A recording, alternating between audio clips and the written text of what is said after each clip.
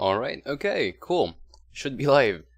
Today I'll be working on something a little bit special, something we worked on last time. We started last time. It is a old game called Skyroad. Quite a fun one. Hey guys, hey David, hey BK. How you guys are doing this morning? This is a game right here, Skyroads. It's a very old game.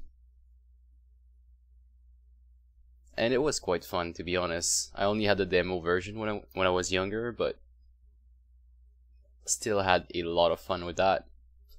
We already started working on this game last time. I actually published it as well on GitLab. What's up, Ashke?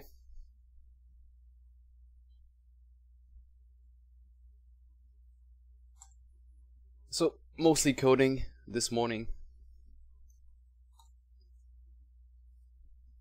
Hey, nice to see you guys too. It's been a full week almost. I haven't posted so much on YouTube. I am in the middle of starting a company, so it's kind of hard to keep up with YouTube. What's up, Philip? So everything we have from last time, just want to make sure everything is more clean, more polished, looks better. We might do a little bit of art, who knows. Definitely need some kind of UI as well. So I think I'll start there. I'll start with some UI pieces.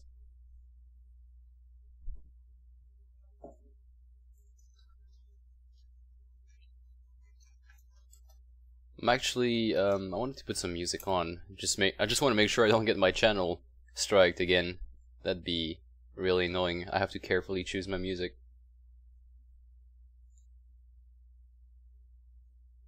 Let's see.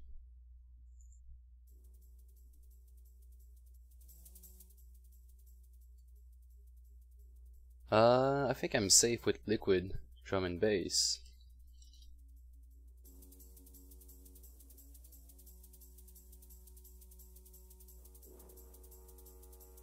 Oh.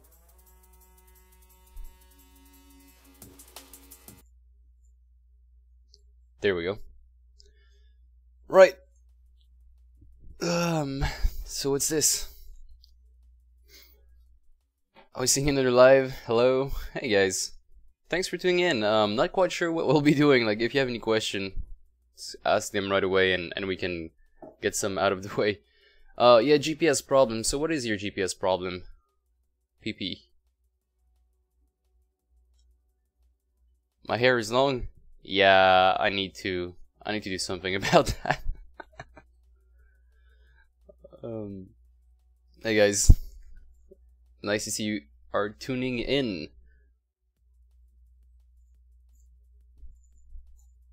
So go ahead, ask your GPS question here. I'll start doing some work and I'll just tune in at the same time.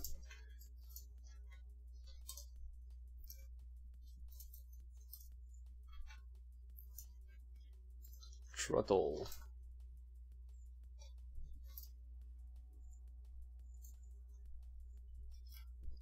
Like I mentioned, I'll be doing a little bit of polishing today on this game, just so we can make it look better a little bit. And let's see. So 50-50, and I want to put the throttle here.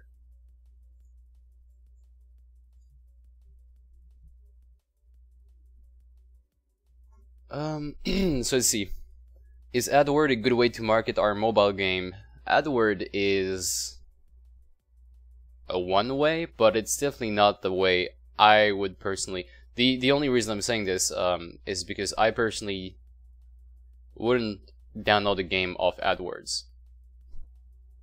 Maybe do a YouTube video, maybe do like a gameplay trailer, do something of the sort, like something that shows action right away so you can catch attention. AdWords is probably not the best way to go about it. So values are okay at start only, and there is no update. Okay, I get. Okay, so the values are fine. So you're saying that the values are fine. If we go back to your code real quick.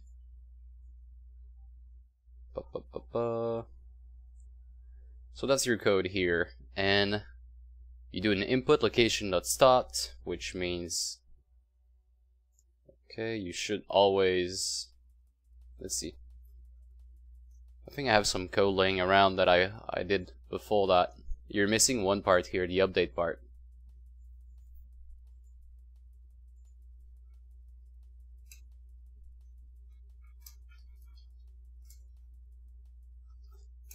Pokemon Go.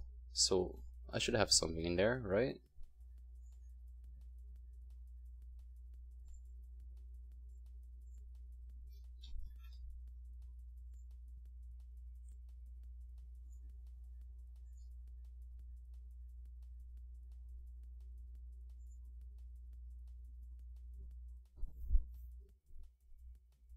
Yeah, no, so you're right. So input location last data should always be the last data you receive, technically. Like an ad on YouTube? Yes, like an ad on YouTube. But it's also done through AdWords? Is it? If it is, then sure, let's go ahead and put an ad. Don't put banners. Banners are like... Banners could work if you put like pornographic content on it, like something that hints porn or something that hints like money. You gotta, like, if you're gonna do banner, you have to be really good at catching someone's attention. And I don't know how good you are at that. But if you're making like a game, it's really hard to catch someone's attention on a banner with a game. So I would definitely recommend you just do videos instead. Those have the best return on, well, not return, but like click ratio.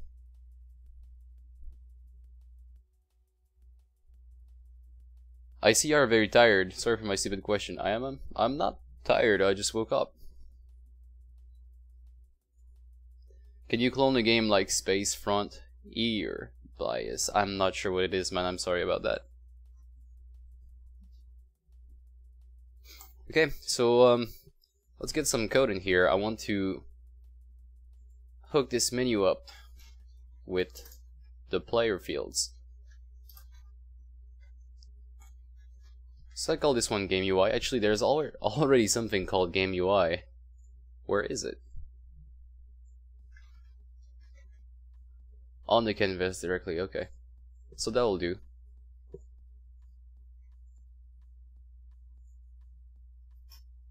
By the way, I always look tired, even when I'm not.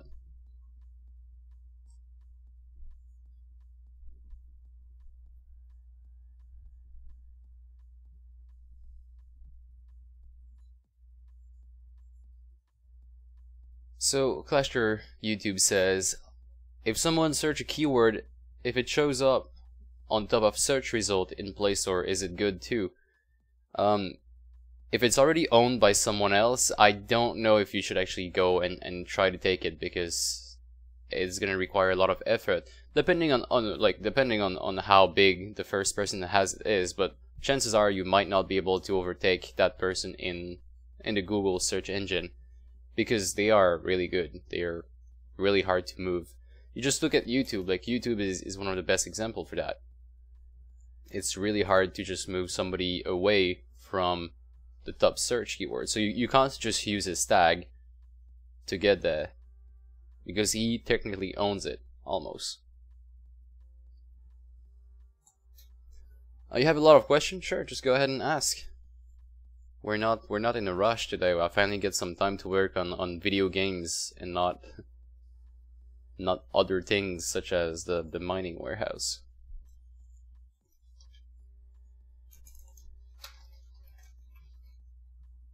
So I'll keep myself an update in here, maybe below that.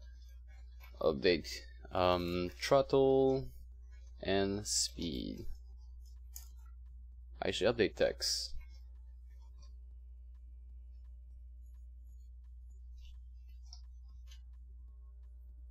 What am I doing now? I'm actually working on the Skyroad game, the little game we started the other time. I want to make sure I have something at least decent, because I pushed it on my GitLab. Let's see. I'll need some reference at the top here. So public text, throttle text. Am I writing that right? Throttle.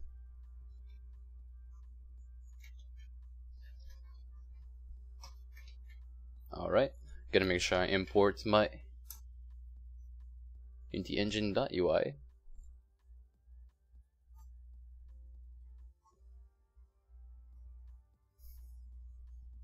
So what's the best way other than video ads to market our application? So, okay.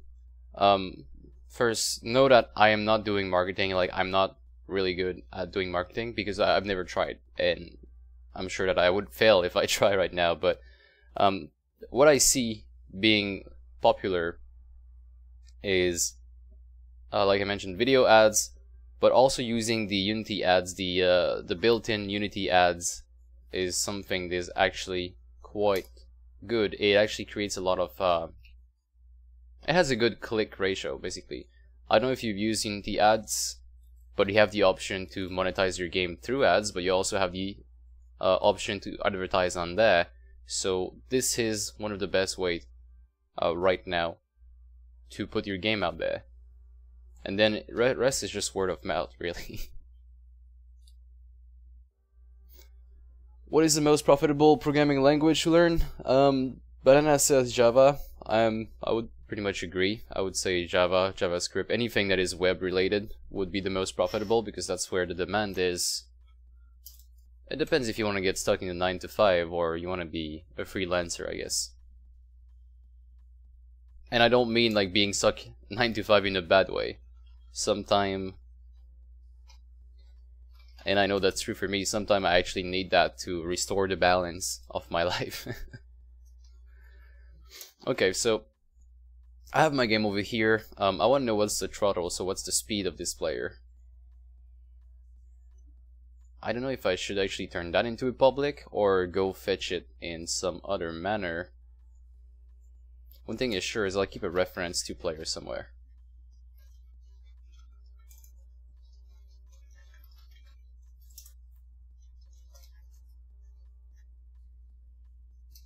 I can do a find object of type here because it's at the start. But the best way I think would be to do game object dot find, and then we would find, say it's like find with tag player, and then do a get component. So I have issues like knowing which one is the fastest. Should I do a find game object with tag, find the game object, and then do a get component type of player, or should I just do a find object of type player? That's something that I never really knew. Yeah, go ahead and try Unity ads. I think you'll like it because that's something I personally, every time I play a game on mobile, which doesn't really happen often, and they use Unity ads, I'm always tempted to click on the other game, and I'm always tempted to go there. Plus, you can pay with whatever you make on the other games you create.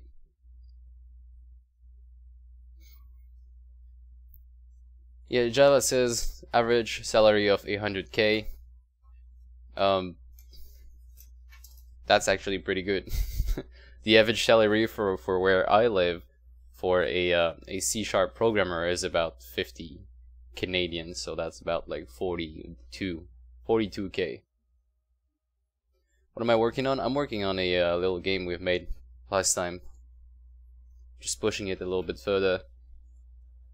So I needed some reference, I needed throttle text, we'll use that. And I want to make sure I actually update this. So throttle text, that text is going to be equal to player. Then I got to find the value. So the value is here. It's throttle. This one is private. I could technically just create some public getter function. And why is this grounded function public?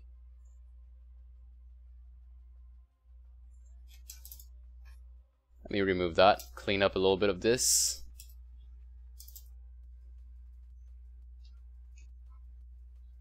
There we go. Alright, let's do a little bit of getters.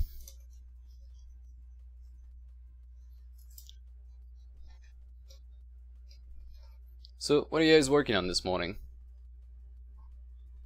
This fine East Coast morning, but probably like middle of the night for most of you.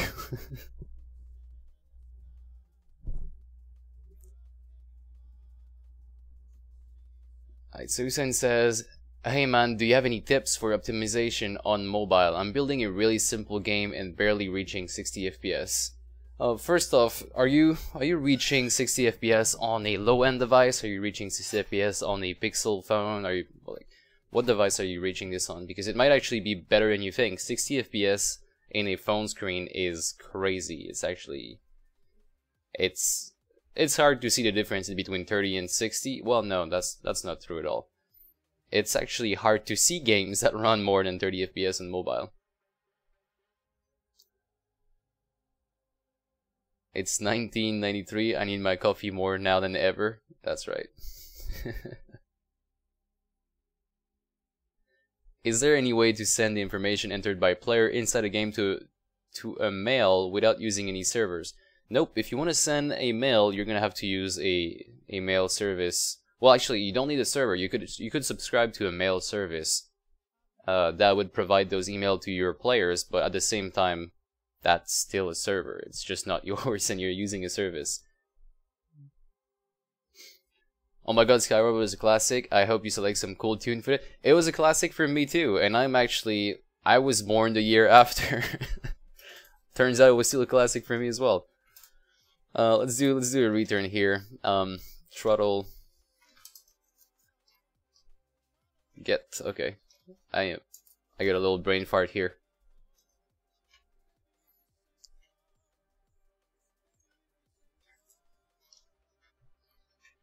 Let's put that into a string for now. We're gonna make things a little bit ugly,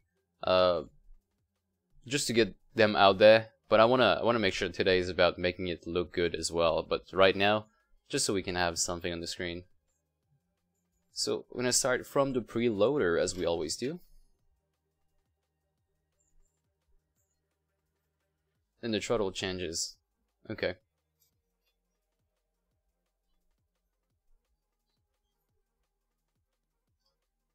Okay, value-wise, we're gonna have to tweak that, but I think we have a start. Now, let's find a way to make this look good, right? So we're gonna try and make this UI our way. So here's the throttle thing. Wait, actually, where's the throttle? Throttle is right here. That's the thing. Oh wait, actually, which one was it? Can we play this game? Does it still exist?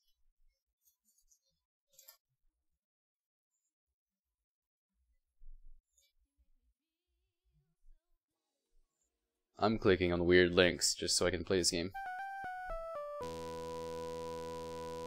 Damn, that's loud.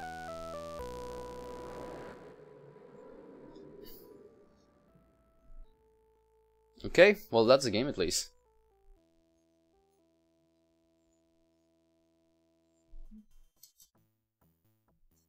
Alright, start. How do I press on button?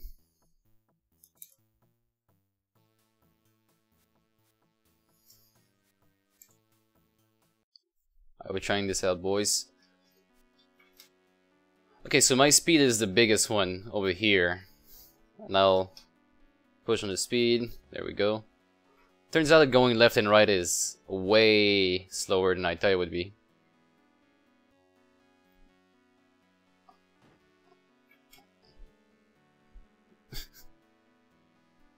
Alright, that's my game right there, boy. This game is hard. Yeah, it's not easiest. It is not the easiest, but we had a blast playing that when we were young. We had the demo on floppy disk. That's what we would play most of the time. That and other floppy disk games which are really good.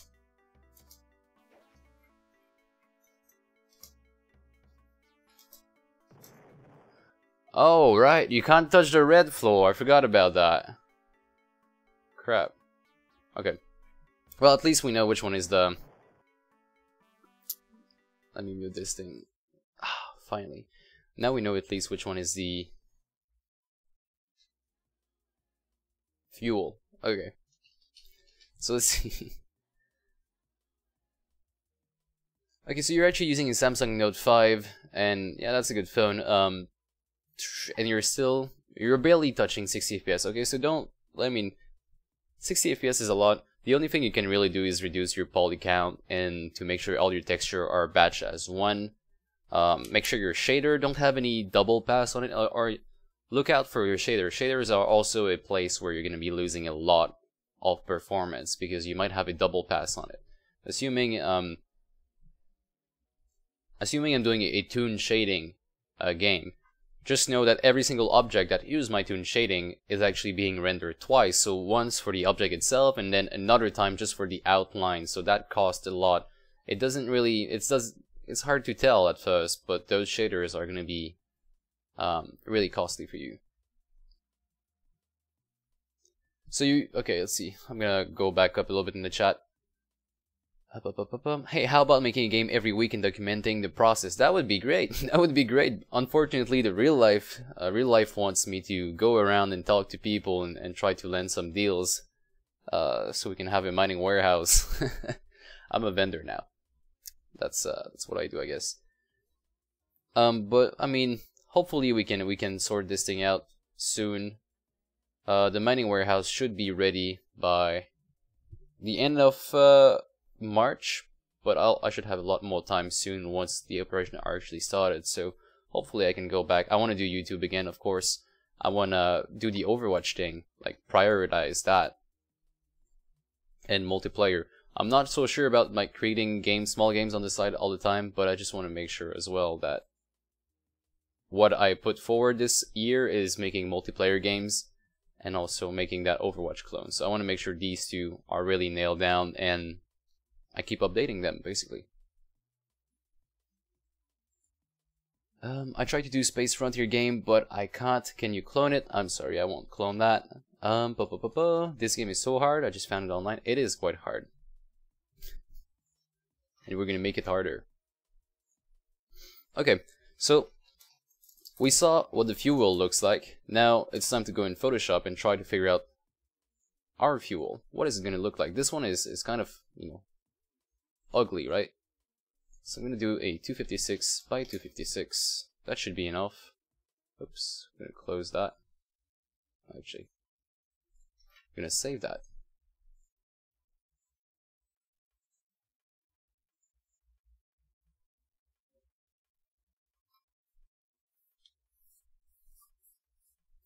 Where can I download the GPS script? Maybe I have a typo I can't find. I don't think there's a typo, man. I don't think there's a typo.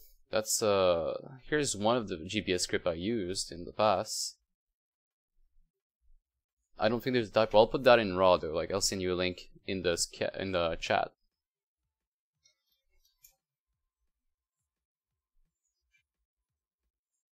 And do note that a lot of what is in there is not going to work for you because it's platform specific and it's also game specific. But here's a link to one GPS script you can have a look at. Get your hair longer. You'll keep your hair longer than me. I think I'm going to get them cut really soon. Okay, so this is what we have for the previous game. Obviously, I'm not sure we want to keep, well actually it's quite iconic. I think we can keep like the shape of it, but we're not going to keep the style.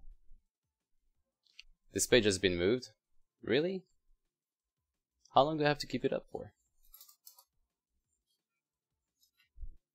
Okay, let me try again.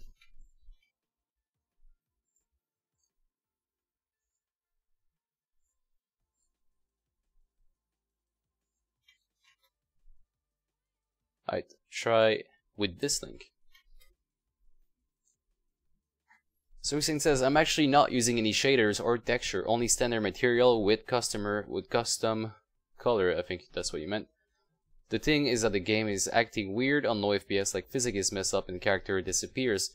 So okay, so you're gonna bring up your resource monitor. You're gonna bring up your, how is it called, benchmarking tool in Unity. How is it called already?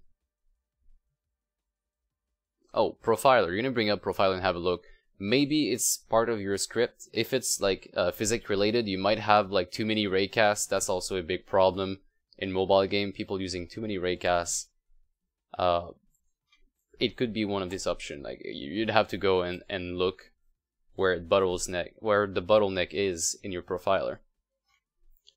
Okay, well, I think we're gonna do a circle, boys. We're gonna do pretty much the same exact thing, but with our own color palette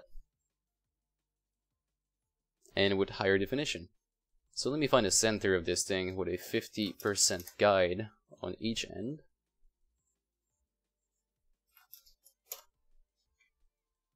Now that I have my circle, my center, I'll do something like this.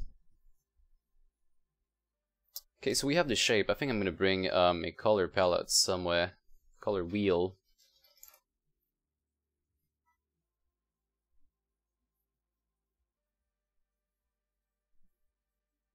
This page has been removed. That is crazy. Okay, I'll send you something in Discord instead.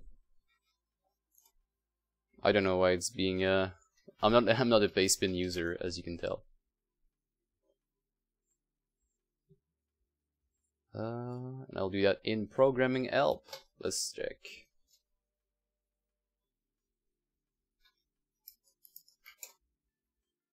Oh. 2,000 character limit. That sucks.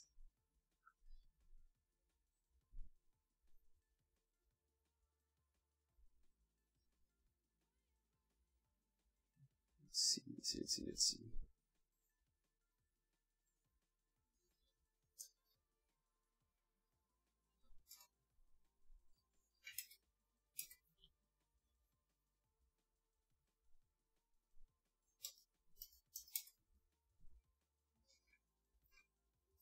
Right, that doesn't work.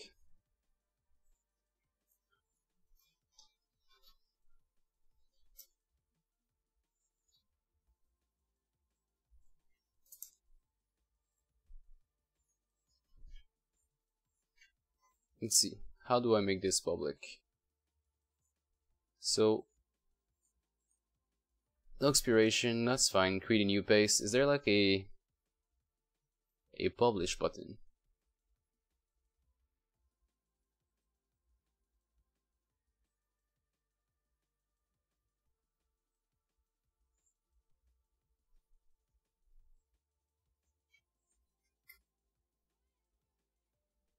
I'm gonna give you this link again because I'm sorry, I just don't know why it doesn't work. Maybe I should not close it.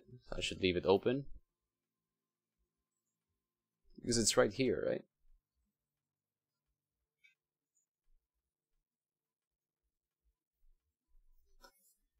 Let's see. Question is unrelated to the current game. What is the best technique for creating a multiplayer Unity game that has a profile system where you can add friends and chat with them like in Hearthstone? So this will require a lot of thinking on your end, right? And this is going to require a lot of planning out. You're going to be using... You could be using something already made. Like, I'm sure there is some package out there that have all of this, but you're going to be using a backend. Whatever it is, using UNet, and you keep everything on a computer with one database, that's up to you. But I would think that like Blizzard and other games studio like that, they probably have like a node somewhere, a Node.js that has a real backend, like an actual real website, and you just use if you're using Unity, you would use the W class, and you would just do requests to a website. Like that's what I think that's a good way to go about it. You could also, I mean, there's so many ways, right? If you've done a little bit of multiplayer, you're gonna know that you can do that through web. You can do that through, you open a socket on your computer, and then you just let all the traffic go through there. It's gonna require a lot of architecture at first, so you get your base running. Trust me, it's not gonna be easy to have your friend list up and running soon like that. You might need a couple of different things, because if you want to have a game, and that's something I like to show to everybody. Battle.net, right, is a server on its own. The game is a server on its own. If you played a little bit of World of Warcraft in the past, you would notice that sometime one server would go down, but the game would still be up. So sometime you would be playing the game, but you wouldn't be able to speak to your friends through private chats because Battle.net was down, so you'd still be able to do everything you want in the game, but no private chat, and you're unable to see what your friend list is doing because that server would go down. So there is multiple servers to play with here. And WoW also has sub-servers inside of that. They also have instance servers, so sometimes you're not able to enter a dungeon because that dungeon is on another computer basically, and that computer is down. So it's really a really big really big job of just making the perfect architecture. In the case of Hearthstone, I would think, I'm not Blizzard employee or anything like that, but I would think that they have a Battle.net server which does everything: friend requests, friend chat, friend invites, all that kind of stuff, and then they have the Hearthstone server. So I would believe that even if Battle.net goes down, you would still be able, if you're already in the game, you would still be able to play like single player stuff and maybe even multiplayer matchmaking, because that would be on a different machine running different code.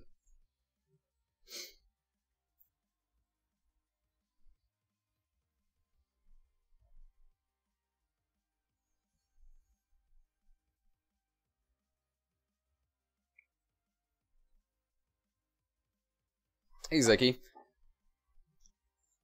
So, what are we creating right now? Hold on, I'm trying to send a paste to someone, but I can't send a paste at all. Like, I need to sign up to this thing.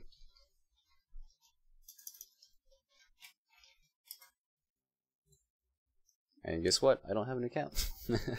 Crap.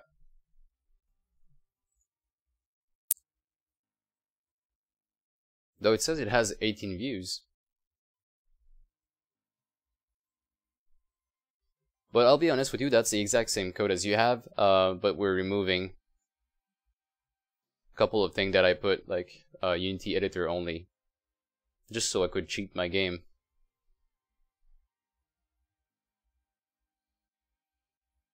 Like, there's no update in here. The only update is me setting a custom value to input location last data, which is already something you do. So this one should always be updated either way. If you start your location service, this one is always there. So what I'm thinking is, in your case, you'd have to figure out why the location service is stopped, because obviously it got started in the first place. You have good data, you have the good position, but only for the first few frames. So how to check if GPS has been stopped? Unity. So we have service.start. Let's see if we have anything else.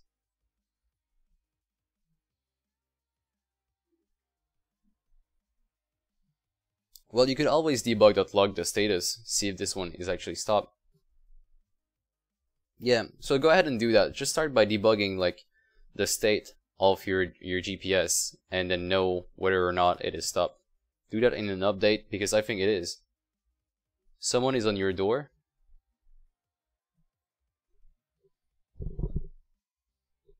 Maybe. I missed it. I'm not well, actually, I am expecting a couple of shipments, but not that fast.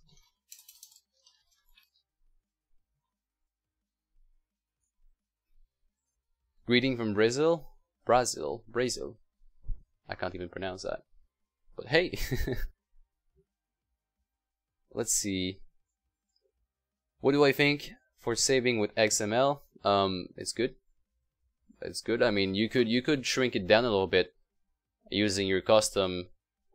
You could save a little bit of space and I guess memory by shrinking it down to a JSON. Like, XML saving is fun. It's all fun in games, but you would be more optimized with JSON or just your custom serializing function, of course.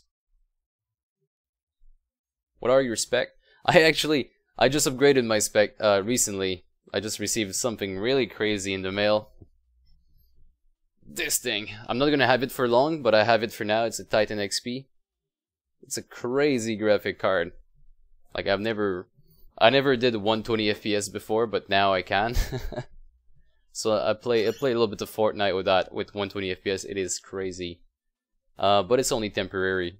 I'm gonna be putting those cards to work.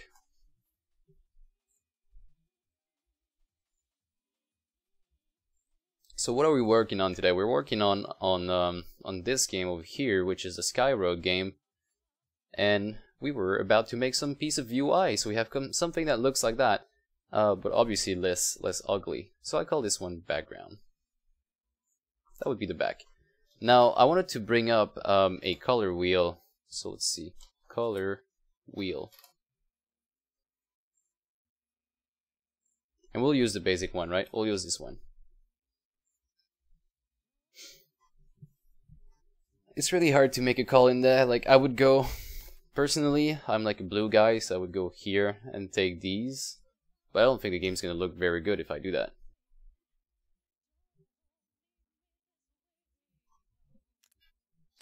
We could do that, though. We could stand all in this section. It would make it a really weird looking game, but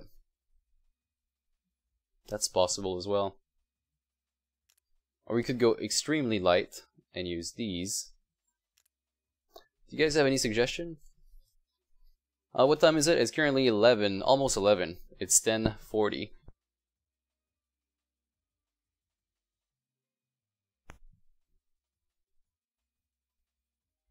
It's 10:40 and it's that dark. Yep, I know. I'm in a weird room with no lighting. Someone is on your. I heard a knock. It's probably the neighbor upstairs. Can I get that color wheel, please? It's on Google. Just Google color wheel, man. What am I going to mine? I'm actually mining a Lux coin. Since we're on the topic real quick. This coin right here.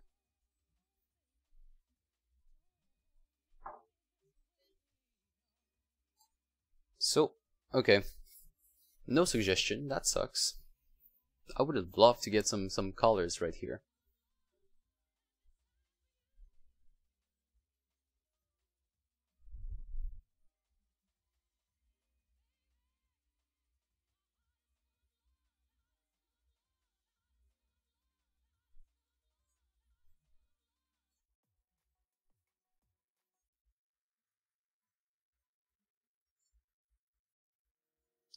To the left side? Is that what you mean by left side?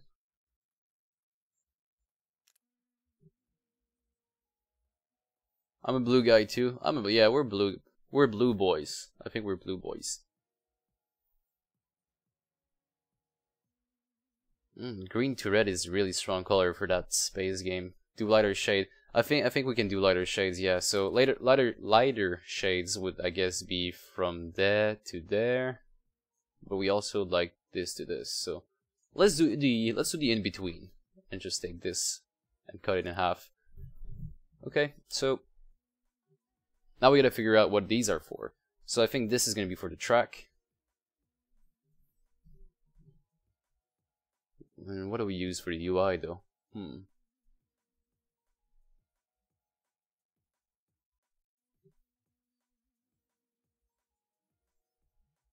Okay. I get it. We're gonna take this thing, put our color somewhere in document.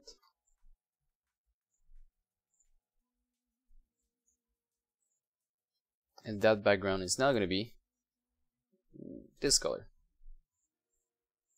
On top of it,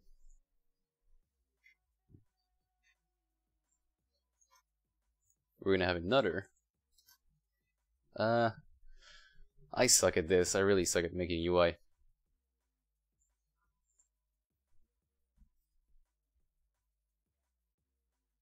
Show the UI. The previous UI is something like this, so it looks like that.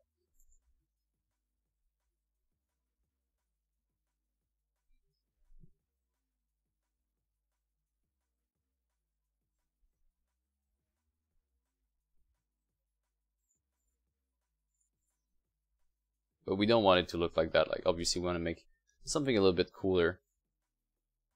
We're still gonna have that radius climb though, that radius filling.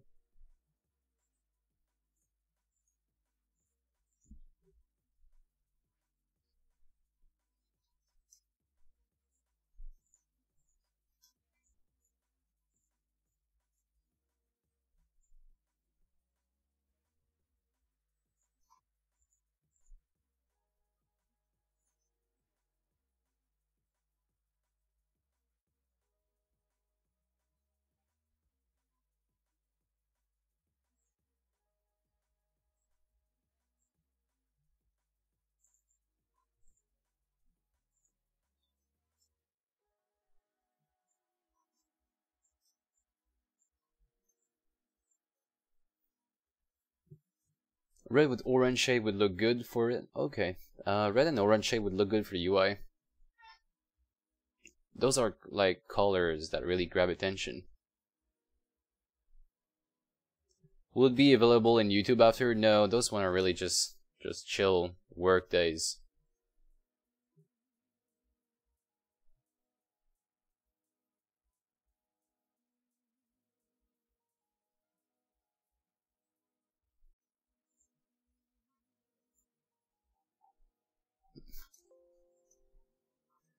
Alright, so I'm gonna try something here. So you said these color would look good, the red and orange.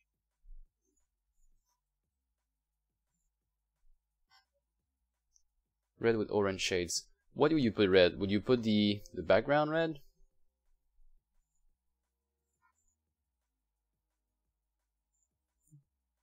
Like obviously not that red, but and this would be nah, that's way too strong. I think we're better off just going in a really light tone for everything. So oops. You look so confused. Yeah, every time I do colors I'm really confused. That's that's nothing new to me. I always struggle a little bit with these.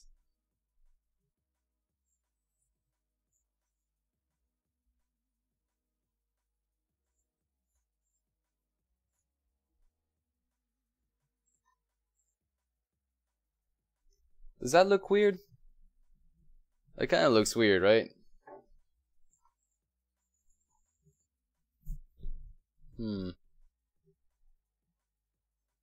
What am I making? I don't know. I'm trying to find out. Yeah, I'm working on UI, but as you can tell, I'm not the best at doing that. Like, can I just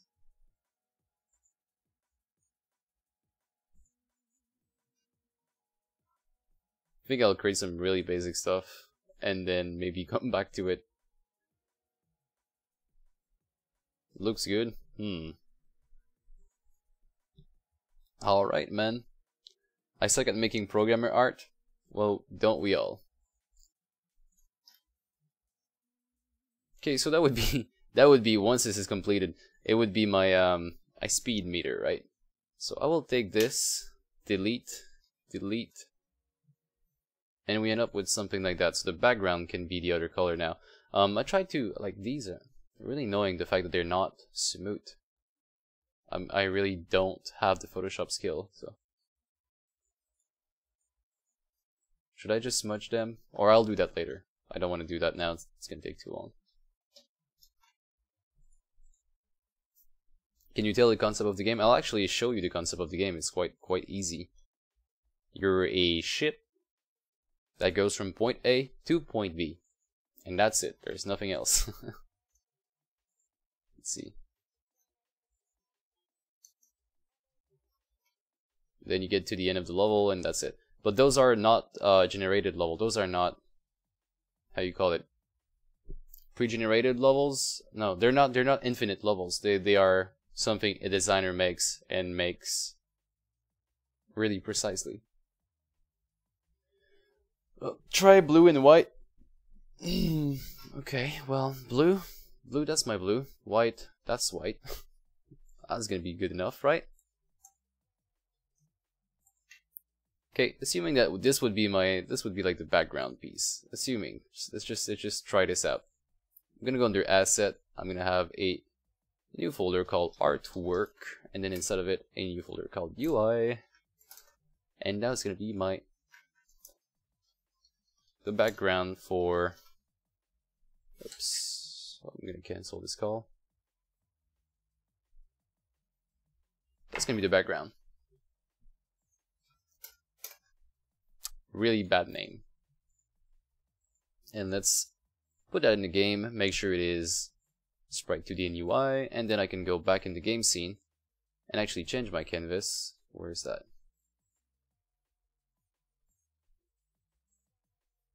And we will create an image. And this one never really changes, so it's always going to be there. It's always going to be big, annoying, and at the bottom of my screen.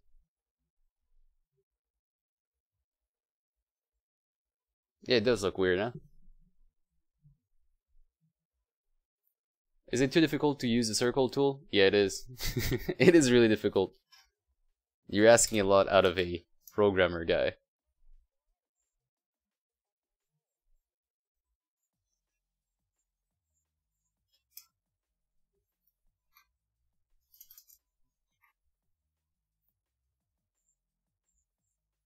There's like the whole dash as well. Kinda takes its place as well. So what should we do here? Should we... I'm going to create a circle.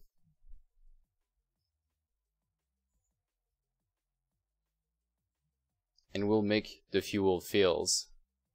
No, sorry, we'll make the throttle fills.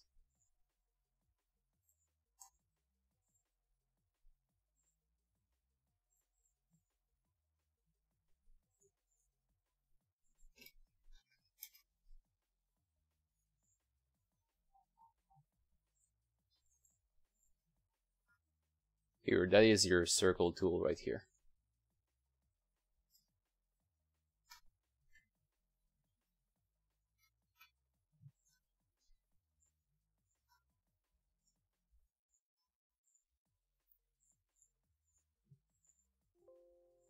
And I will be saving this. I wanted to give it a color, but I just realized that since we're in Unity, I'll give it a white color, and then I'll just overwrite it if I have to, using the shaders.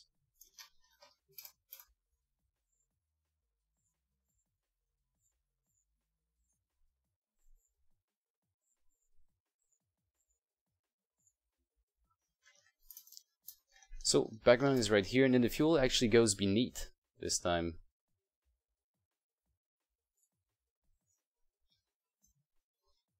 Throttle, background.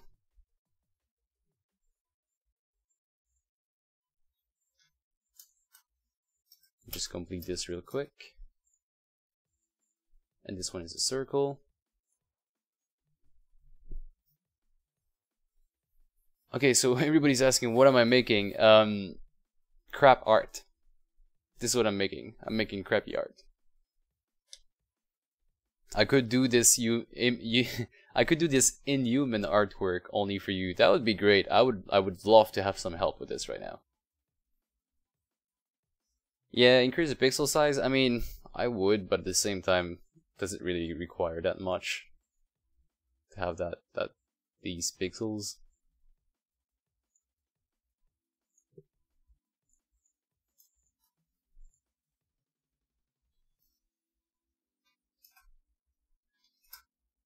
Right, this is how it's supposed to look. And then what you do is you have a field with a radial, and you just go like that, right? So that's my thing, right? That's gonna be my fuel. Not my fuel, my throttle, sorry.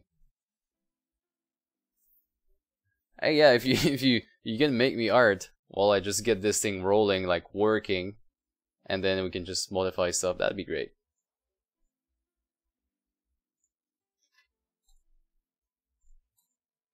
Alright, so now we don't need that throttle anymore here, the one that just changes with our speed, that just says text. We don't need text anymore, we have this actual UI.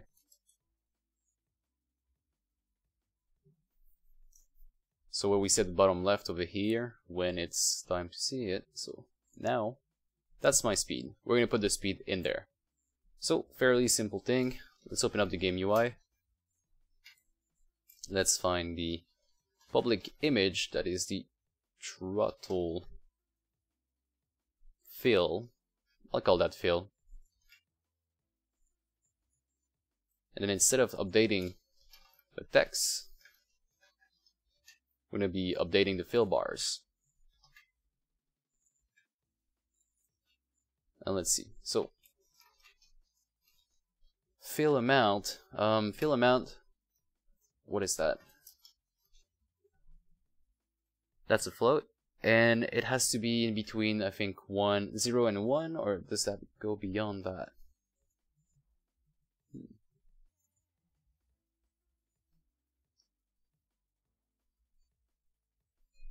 I'm out of water.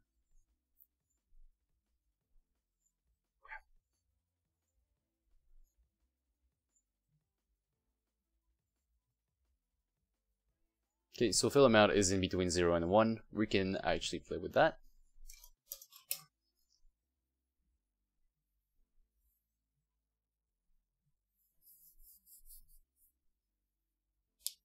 So, let's see. We'll do a matf lerp in between 0 and 1. And the transition float, that has to be our minimum throttle and the maximum throttle. So in this case,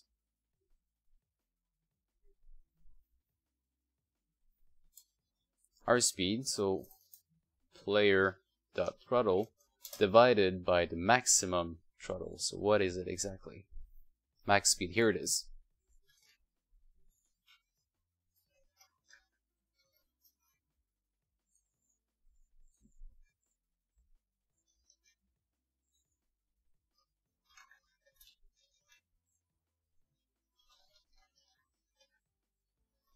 Cool. Hey, we got it, boys. I gotta stop starting the game from there. I can't start the game from there. I have to go in the preloader every time. Oh, was that null reference? We forgot the reference, my dudes. So background is here, and there's no text anymore, so we can get rid of that. There we go. Always love to be deleting code. Deleting code is like my favorite pastime. Make the fuel red. Okay, we could make the fuel red. Yeah. Well, I mean, no. Let's see. We're gonna first run into a wall and then try that again. Maybe pause the game.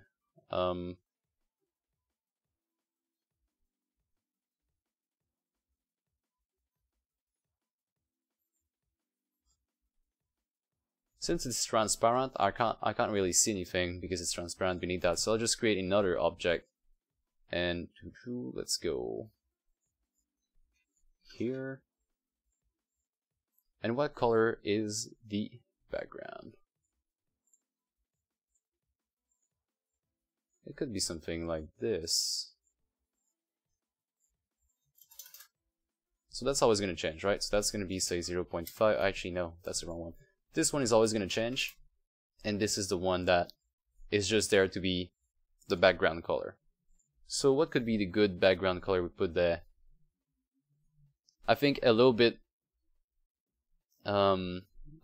lighter or darker than the color we'll be using for fuel is perfect. But then again, which color are we using for fuel? Which color goes well with the ugly background we just did? If we go for red, obviously that's way too harsh on the eye. Blue is one color. I'm not quite sure if that's what we're gonna go for. Actually, what if we go full monochrome? What if we do something like this?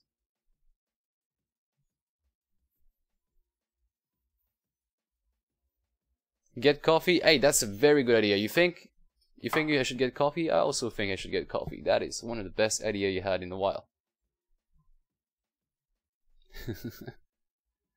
I'm gonna go get coffee to be honest. I'm actually still in the process of waking up. Meanwhile, we should find some proper color for this thing. Light blue? I also think that maybe we could go for something that is like super monochrome. Like my favorite color, 3090 F0. Oh, no, not yet. And then the background is going to be exactly this same color, but a little bit darker.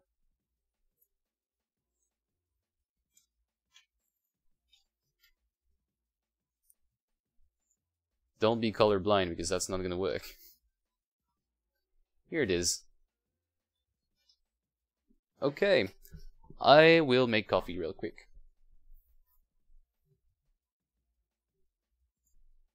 Right click on preloader and press load scenes additive. What is this?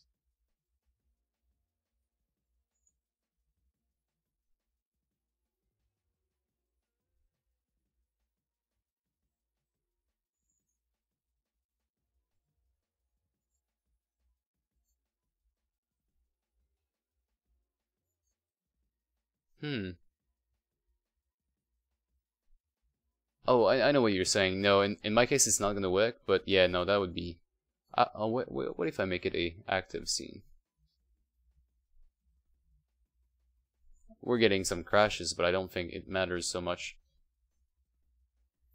Are you allowed to post sync? Yeah, you're allowed to post sync. I'm not sure if you're allowed to do it on YouTube, but do post something in the chat anywhere here in Discord, and tag me. I am Uncle Nerk, actually scripting Python in Python. That's good. I'll just go make coffee real quick. Be right back.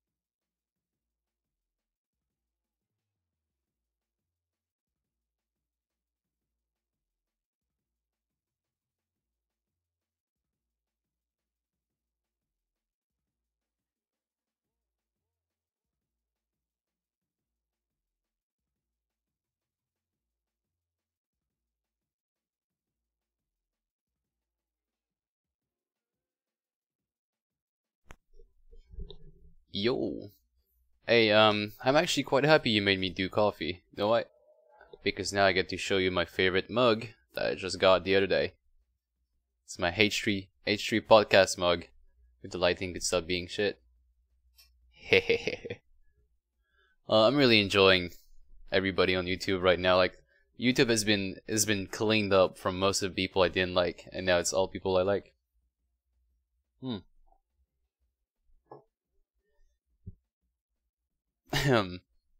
Where am I from? I'm from Quebec, Canada.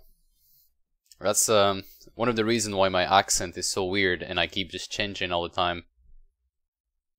is simply because I'm a French speaker, native French speaker.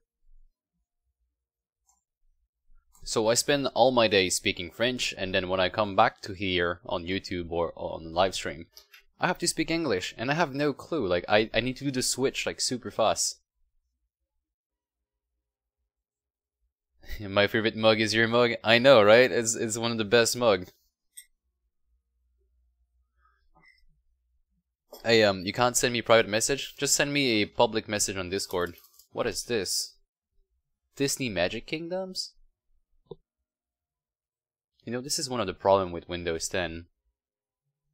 Because they install weird stuff on your computer. That's not mine, I promise.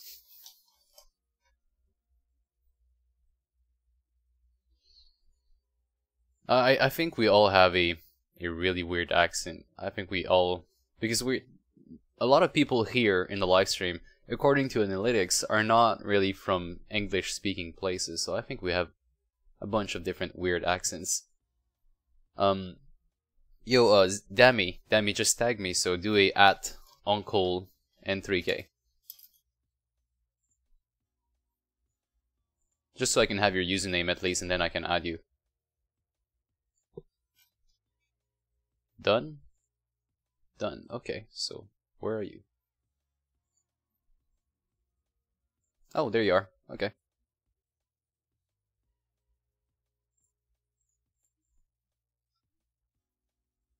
Let's see what our friend has made for us. That's a very big PNG. Use this white circle, use this white version. Example, I like these colors. I think we already end up on colors like that too, so that's like double consensus.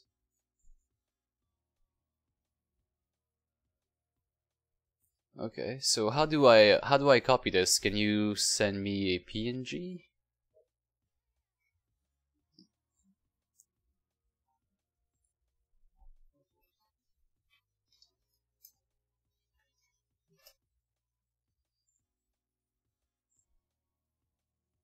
I have an Indian accent. I bet a lot of people do have an Indian accent here. I bet Windows 10 didn't install that. Hey man. Disney Magic Kingdoms. And it's actually installed. That's the weird thing, right? So, you never think these things are actually on your computer, but... Like Candy Crush, it's here. Oh, they're all there. And they're all very loud. But everything is installed on your computer. That's Windows 10 for you. Let me see if I can boot this without sound so I can have a look at what's going on. Oh my god. Really? A beloved destination for children of all ages. A place where they have 2 apps.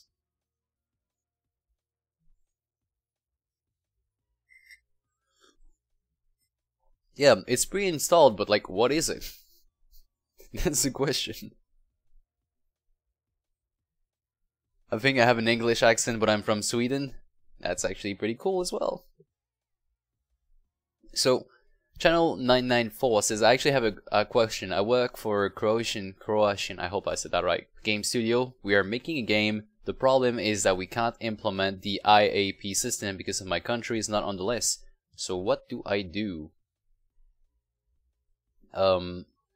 Okay, so you cannot implement, I think it's the Google one you're speaking about, the Google IAP, because you're not on the list. You still want to monetize. And your game studio, is your game studio registered under your country? I would assume so. That's actually a really good question. Does anybody know how we can help this guy in his studio to monetize his games?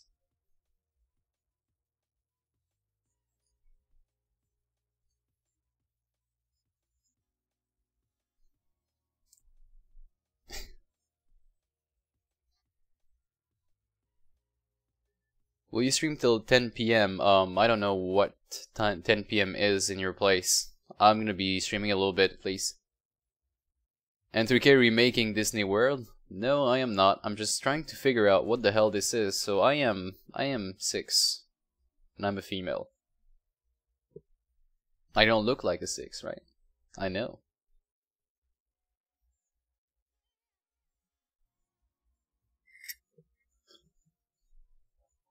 Yeah, press on buttons, let's go. Oh, it's a point and click. It's a point and click, and you can go pretty much anywhere you want with the map. I think they forgot to do bounds. NA Clasher, it's not ads that he's trying to input, it's actually IAP, so that's different from ads, because ad provider there's a bunch left and right, but he's trying to implement purchases in the game, so he has to go through a service that uses credit card. Of course, you could create your own, right? You could create your own, boot up a node server, have a Stripe payment gate installed, and try to work out something with that. But that's going to require a lot of different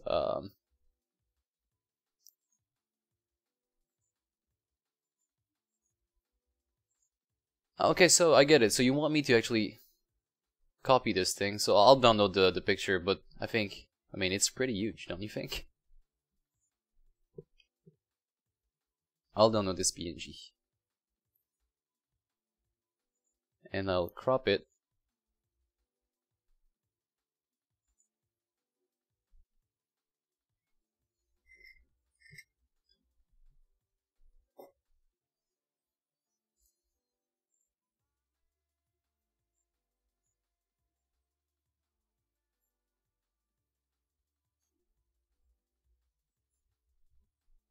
Alright. So we shall do that.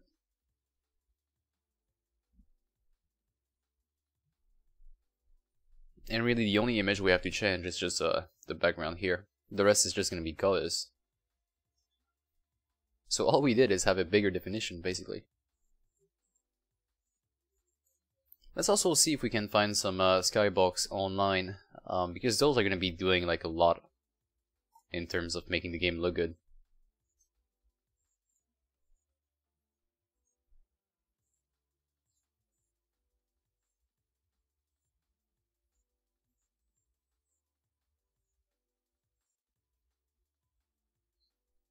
Here we are. Naliak says, can you give your Udemy course for free to some of your subscribers? It kinda sucks. I wish I could, but I also, like, some subscriber already paid for it, so it kinda sucks to give it away for free now, because some people, you know, paid for it. And I would like to do a mass refund on it. Actually, no, I needed the money. I needed the money, sorry, I can't do that. I sound like a dick when I do that, but at the same time, we all need a little bit to live, right?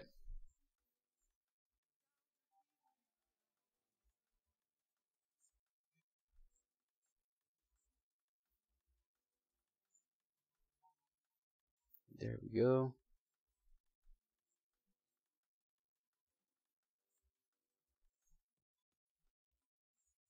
Alright, so we're gonna call this throttle background. But this is really high res. Like, I think we might just go back and recreate them in a smaller res. So we don't carry around these big PNGs in the files. Oh, why does it not work? What's wrong with this?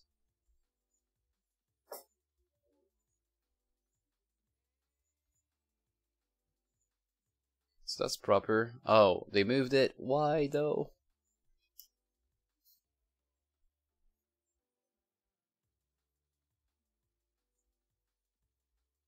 Because it's too big, obviously. Okay. 100, 100.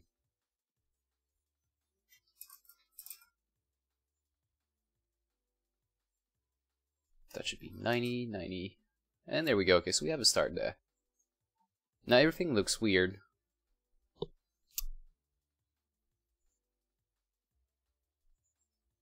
Crap.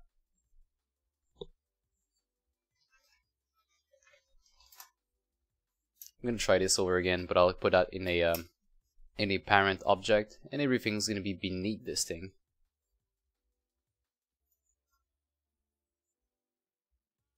So here we go. Okay. Now if we resize, everything should stay together. Yep, here it is.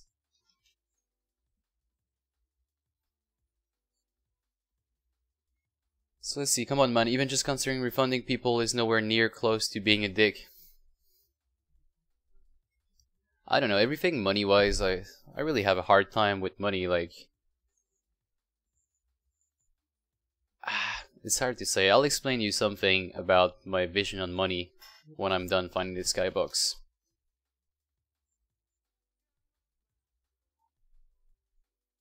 And that has nothing to do, like, I'm not saying it's the best vision on money, I'm not saying it's the best anything, I'm just giving you my experience in the past. And my thinking about it, and I know it's actually wrong, it's a really bad thing. Okay, so basically, me and money, we have a weird relationship where I don't think I really deserve anything. And I've been going through a lot of financial, not problem, but always like having to do things out of my way that maybe I shouldn't have done if I decided to charge someone for it. Basically, to put it really simply, I don't think anything I do is worth money. Therefore, I don't expect to be paid in any shape or form. So I always go around, help out people, give a lot of time, and that's like not necessarily here, not on YouTube. I don't think I do it enough on YouTube, but like in real life.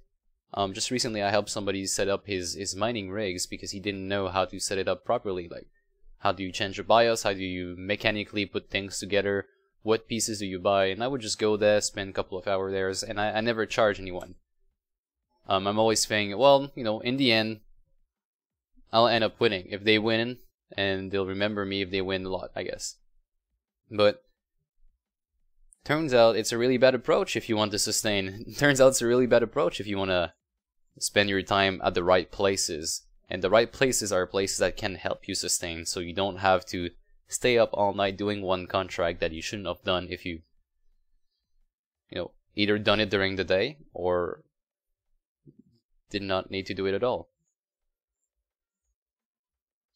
Okay, so here I am. I'm using the Fantasy Skybox again. I don't think that's a good option. Why am I installing this? Let's cancel that. We want to have another Skybox. To put it simply, I don't think I'm really... anything I do is really worth money, therefore I don't ask for it. And I realize at the end of the day that I need money to pay my rent, so... I always have this weird cycle where I work for like a real job, a 9 to 5 for about 3 months. I don't spend any money ever, I collect all my money, and then I live without really making so much for another 3 months. Just trying to sustain. And then I figure out that I have to go back to that loop. And start over again. It kinda sucks, but I'm working my way out of it. I'm actually trying to kickstart that business on the side. Which, now that I have the word business, right? I'm not gonna feel so bad about charging money for time. Oh, Galaxy Skybox, that looks cool. Hey boy, that's actually quite nice for what we need. Let's press on the download button.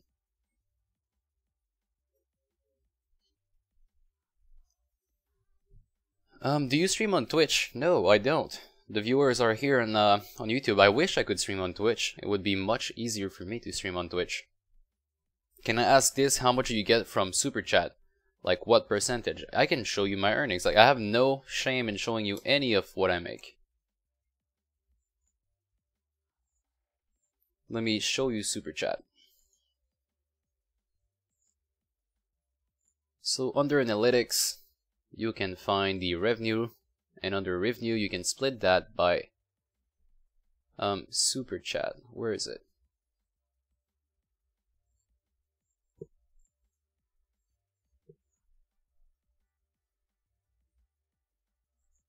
I think yeah, those are transaction revenues, so those are Super Chat. And basically, I haven't made any money in Super Chat. That's my lifetime. So in Super Chat thus far, I made $3.50, and that's from donations.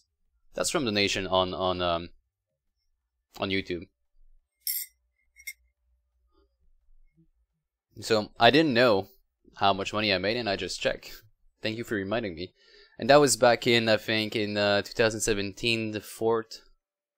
That was back in April, yeah. And it's one of my friends that gave me that, by the way. I remember. I just have a chat real quick. What's this? Did you read that Reddit?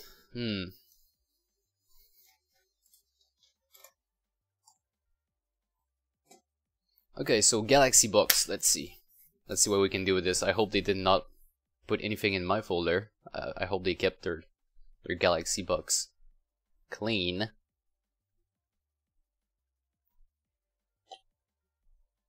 NA Clasher. So YouTube takes 50% right off the get-go, and then your MCN takes a cut. So in my case, assuming we're gonna put crazy number, assuming you watch one ad and that should be $1, right? Which is totally not true.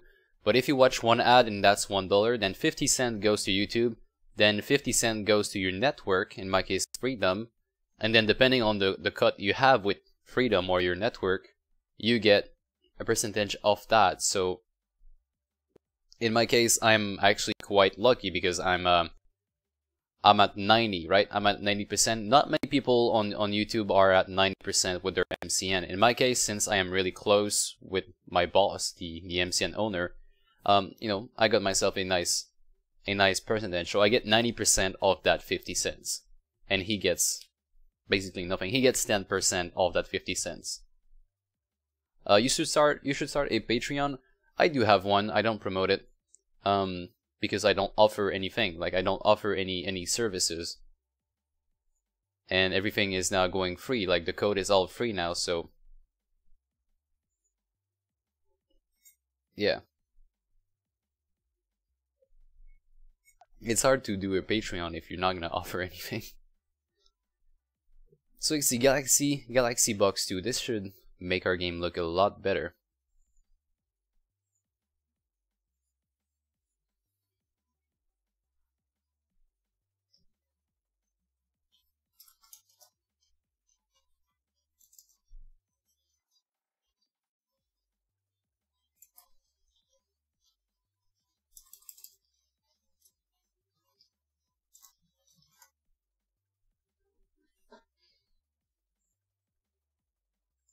So is there anything in this scene?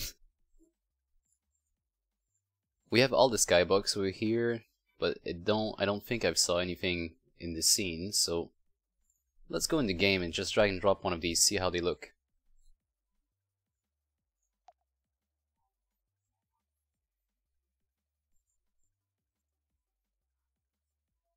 Alright. Doesn't look bad. Let's do this one. Or that. Well, I mean, we can change them in Skyroad. The skybox kept changing depending on which kind of zone you are in, so I would say we can start with a really simple one. This one.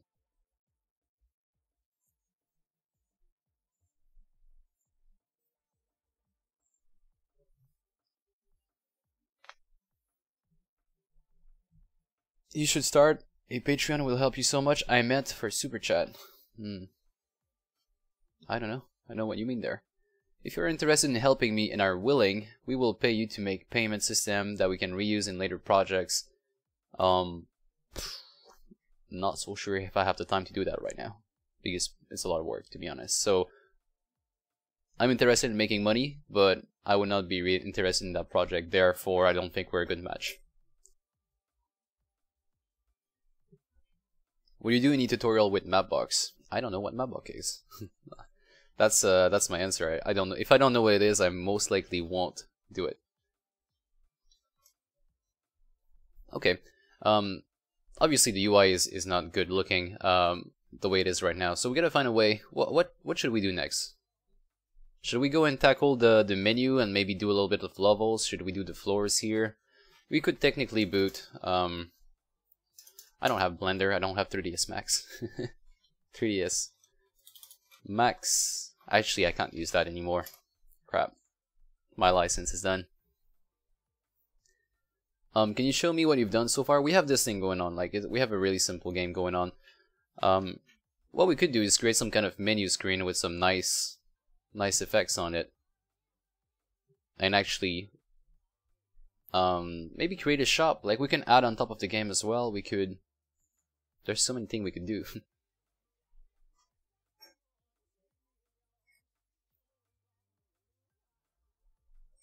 I want to help you so bad, but I don't have anything yet. Maybe my games will pay off soon. Hey dude, don't stress it, really, because I'm actually doing fine. I'm doing real fine.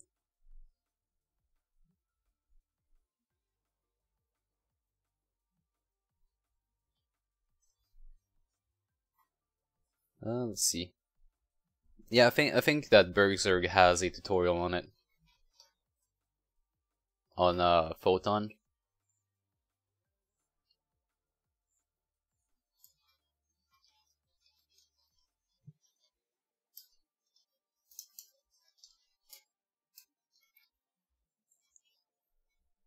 Okay. I'm gonna go ahead and create a little bit of the menu here. This one is really annoying me. It's not good looking at all.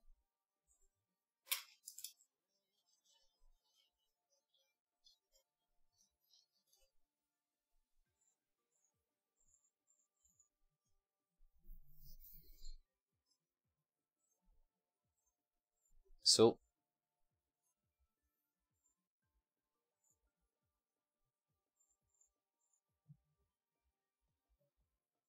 levels, okay. We will read what is in that folder. Actually, we'll create a resource folder, and we will read everything that is inside of there. So, resources, I think it's like that. Resources, Unity. Oh, so there's no S. We will create a folder, or actually, yeah, we'll create a folder for every single one of these levels. So 1 in this case, then 2, and we will put different things on there. So we'll put a thumbnail, and we'll also put some metadata that we can print out.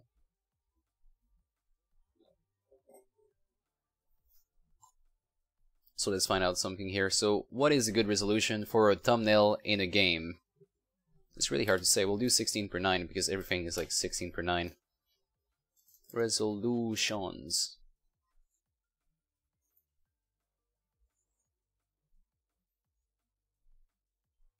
So that could be fun for a game. So 512 288. Let's do that. 512 288. And for the sake of it, we'll put some random color. Some test color. Let's go with a bright pink. Oh, actually hard on the eyes. Let's do 1. That's the first level, boys. The best thumbnail you'll see in a very long time.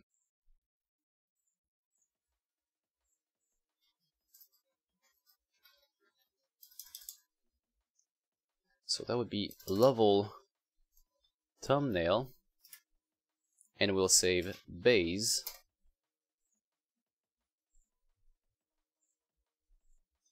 And then we'll save a thumbnail for every single one of these. So 1, change this number for 2. Obviously, that's not how it's gonna look in the end. Like, that's not gonna be. We want to have like an overview of the level or something like that, like a nice shot of the level. Not what I just did right here. But you know, we need to have some placeholders, and that's gonna be it right here. I'm gonna put them in resources folder, and I'm gonna catch up a little bit on the chat while I drink this coffee out of this amazing H3 production mug.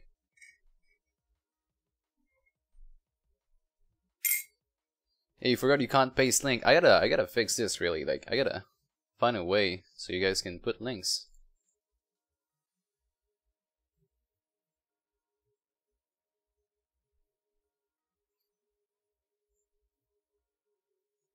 Let's close this color wheel. Hey, we got some buttons as well. Nice, Dammy. That's cool. We're gonna use them.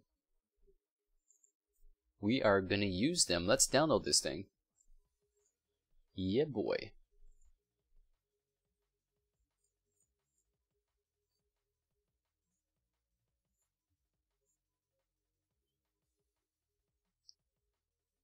So, okay, let me put that back here so I can read the chat. I am making a survival game, but I don't know how to save in-game progress. So, what do you want to save? What exactly you want? The position? If you want to save the position, you can get that through the Vector 3. You could save to a player pref if you're never going out of your computer. Else you could save to a file, same thing. If you're never going out of your computer, you can save to a server if you have one lying somewhere in the cloud. You could actually save to your Google Drive too. That's something people don't really use, but could maybe start using a little bit more, is that you can have your saves in your Google account. I really like your video. They are really helpful and inspiring. Thank you. Thank you. Cheers to that. How hard, in your opinion, is it earning money by free simple games in Google Play? Is it even possible without spending any money for ad? I think it's gonna be really hard to do your marketing. Like, if you don't spend money on ad, it's gonna be extremely hard to do your marketing. I think it's a decent way. Like, I hear about a lot of people making a living out of those free games on Google Play. I just never experienced it myself, so I don't know how true it is, but you know, there's some people in Discord that might be able to tell you like that they made good money using free games. And I don't think they have spent so much on marketing either.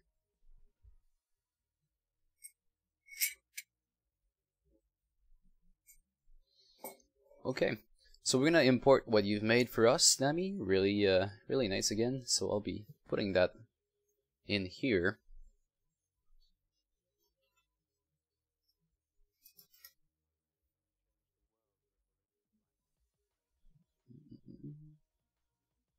And my whole plan here is to get rid of those buttons here, and I'll generate them based on how many we have in the folders. So my canvas is here, menu UI, and I like to make another system, like so we don't make anything like cross-link together. I think I'll make another system just for that. And you know what? That's gonna help me reuse my code in the future. Okay, let's do that. Level selection, and that's gonna contain all the logic. In here, we will be looking at the resource folder. So private const string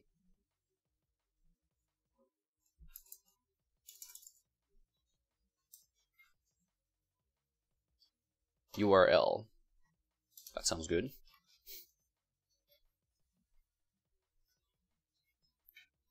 The purpose of this script. So the purpose of this script is to look into the resources folder and create a list of level and their thumbnail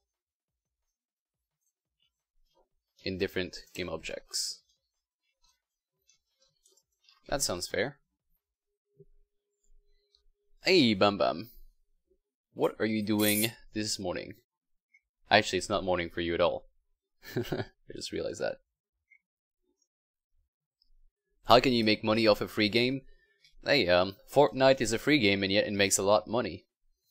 They sell cosmetics. They don't play ads.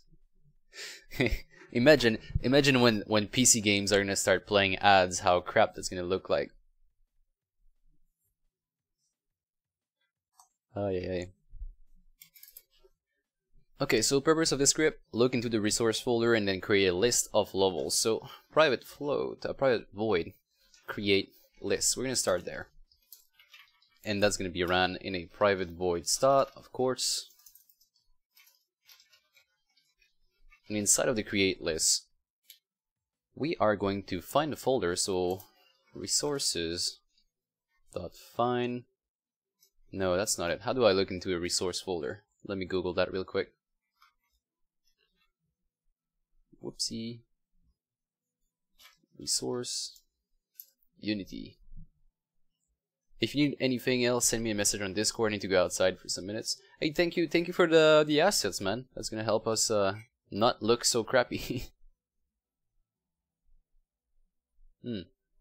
Okay.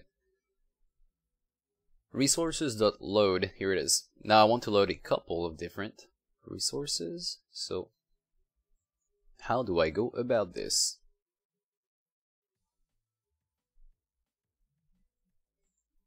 For each.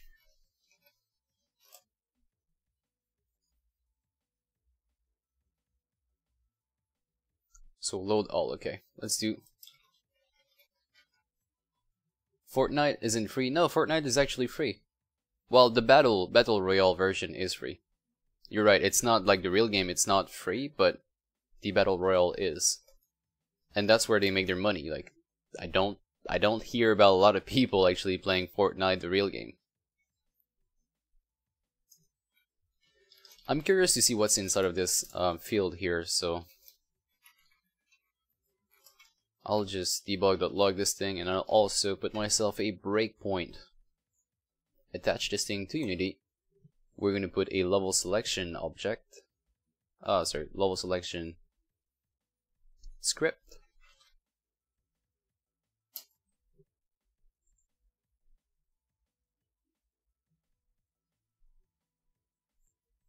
So let's see, this is nothing actually. My URL didn't work, so we're gonna have to fix our folders. This should be in a folder called levels, like this.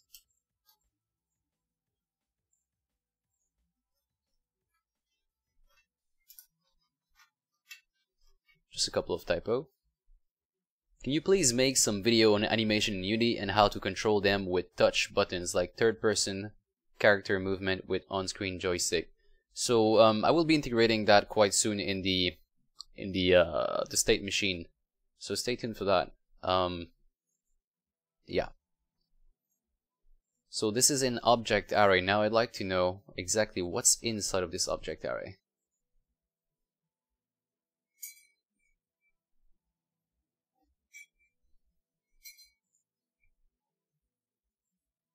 First, it's a empty object array, so definitely something is wrong there again. Load all texture type off. Okay, well, that sucks. I'm gonna go back here, do a remove this / they didn't need that. Remove the /. Yep, you're right. That's what I had to do. Now I'm wondering what kind of type I'm gonna get out of this, because right now I get object, but what can I cast this? Oh, the resources folder needs an S? Crap. Okay, let's put an S.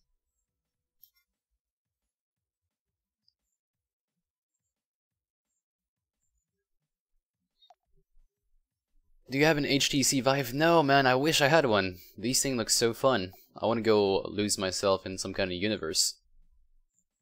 Okay, so we did a load all on this thing, and what I get here is the 2 texture. I'm wondering if there's a way to just get the folders, and then I can iterate through these folders. So what if I do... Crap, can he stop?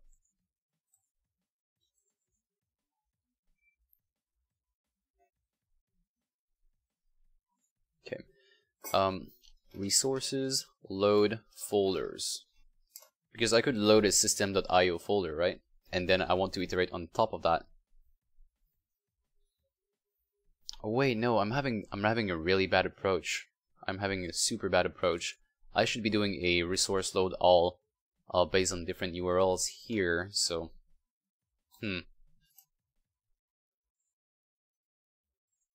technically in this case I want to be using what's the name of it? System.io, but I don't think that if I do use system.io, I think I'll be stuck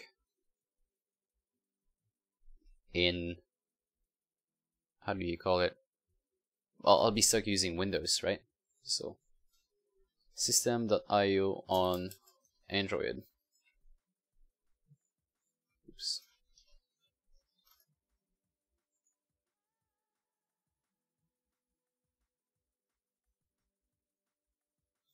And once it's compiled, like I'm wondering, once it's compiled, do we still have a resource folder? Because that's being ran. It's hard to say. Okay, we're gonna use another approach. Here's what I'll be doing. So we'll do a while. That's already really dangerous. While, let's see.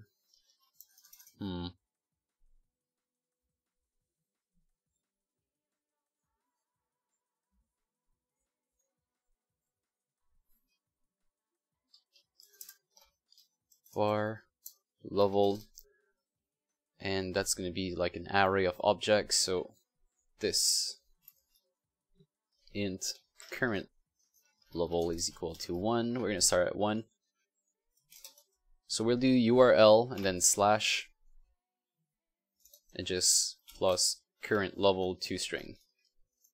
So simple. We're going to be using the same folder. We're going to be using 1, 2, 3, 4, 5 in folders. What do you need? Load different levels depending on the level name. Yeah, so I'm thinking we're just gonna have. What I want to do is just have my folder once at a time in my for each loop. So in my folder, I'm gonna have a thumbnail, and I might have a metadata as well. So I'll just be incrementing that, and I'll have to name my folders 1, 2, 3, 4, 5, 6, and so on. And later on, I can change that to have some actual names, and I'll put that in an array somewhere. So as long as level is not empty, so while level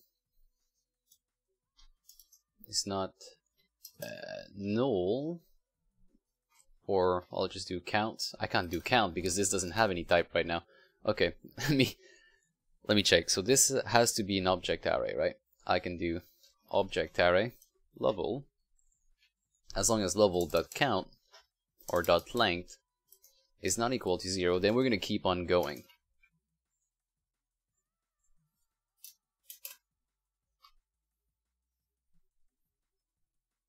So what is your normal method for handling different mobile resolution? I don't have any. I always put myself in the biggest resolution possible, and I make my UI as small as possible. Have you played PUBG? Yeah, I played PUBG for a while. That was fun until Fortnite came along and just destroyed every hopes I had in PUBGs. Because nothing enrages me more than lag in game. If your game lags, I'm sorry, but that thing goes out of the window. Okay, so we have a level. Let's create a object for it. A visual. We'll also need a prefab here, so public game object visual level prefab. I might have to pick this thing up. I hope not.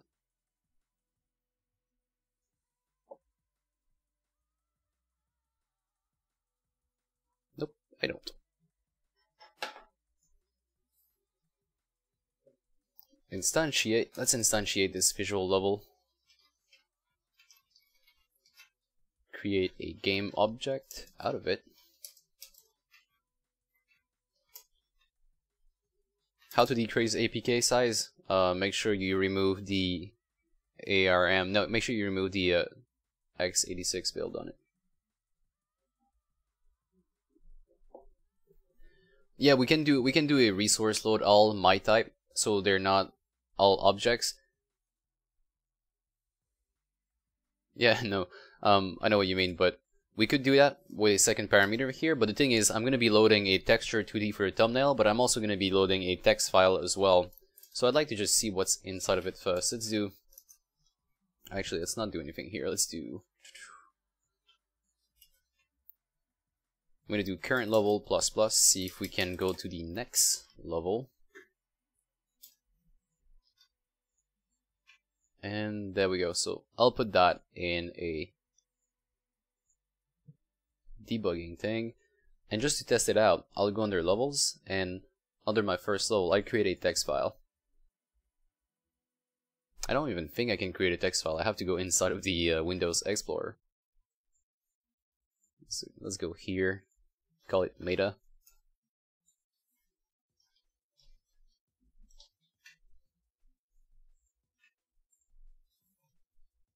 And this one should always be called thumbnail.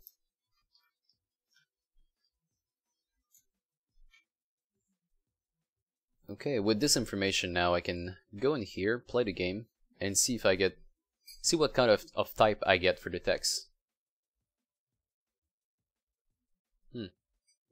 Oh crap, I forgot to give it a prefab so it doesn't crash.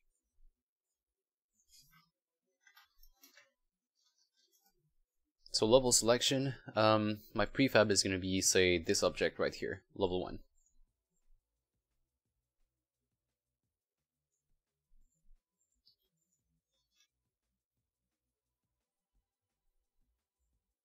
And there we go.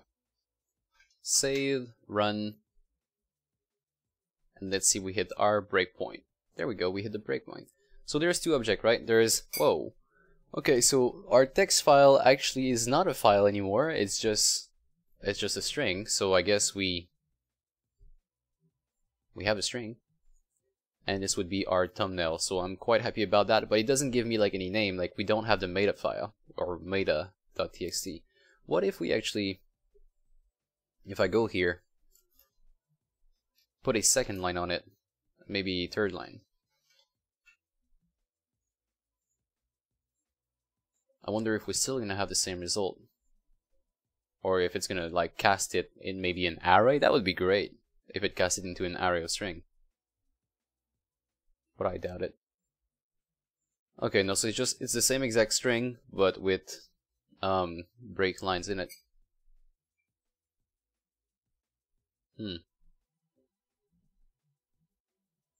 Well, in that case,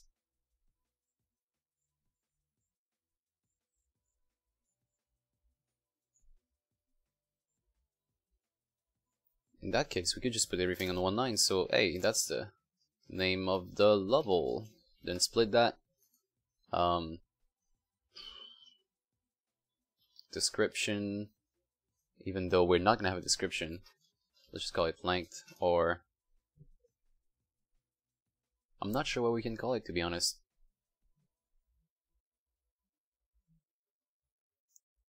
Yeah, we can do a split with break line as well. You're right. Yeah, let's do split with break with new lines. So we'll do title, description in case we need one, best time,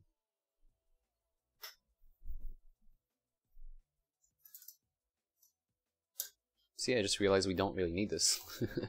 Let's keep at least the title in there so we have something we can name directly on this file.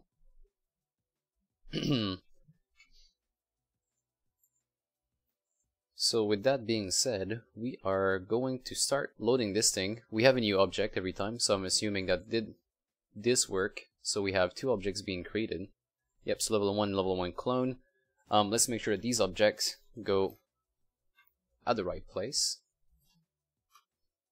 So I think we can have a parameter with the parent in here. Yeah, transform parent, that's going to be myself in this case. Or, you know what, since we want to make this a little bit more abstract,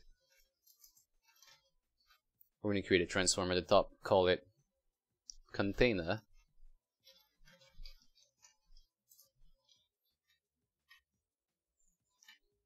Does it matter to other phones version if I use Android 4.2 to build my game? As long as you use a version that is beneath, like the lower you go, the more platform you support.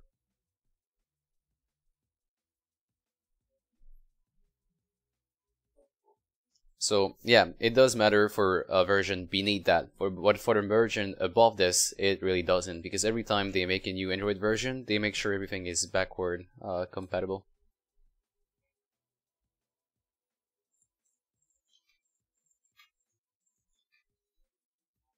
Let's see.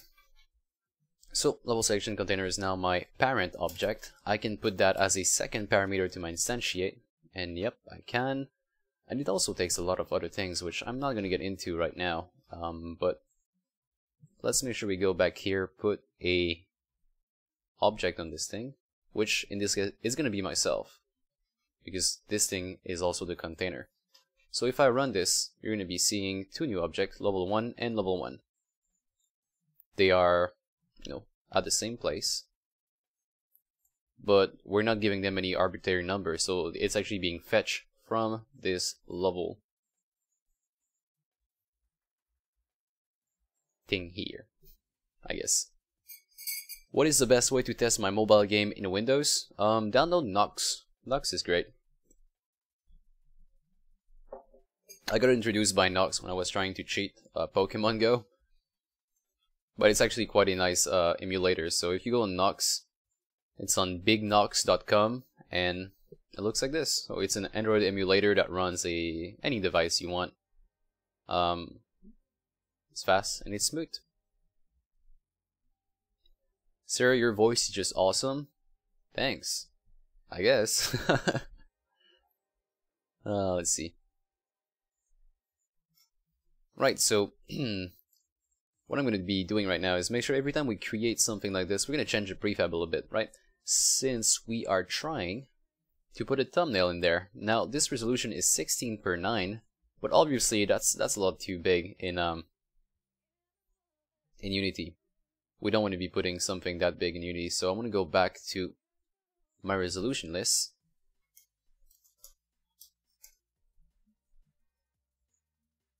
And maybe go for something beneath that. So if I remember, our Unity is also in 16:9. Let's see. Yep, it's also in 16:9. So we want to go for something a little bit smaller and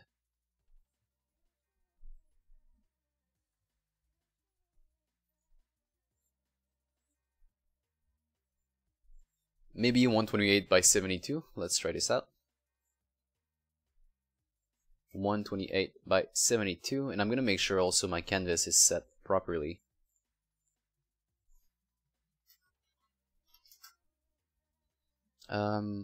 Might be a little bit too small. I know that it's about the same size as in the real game, because the thumbnail in the real game, they're really small. If we have a look real quick, I'm gonna have to complete this so we can have a look. I don't know how to exit. So let's see. Just gonna make sure I don't die.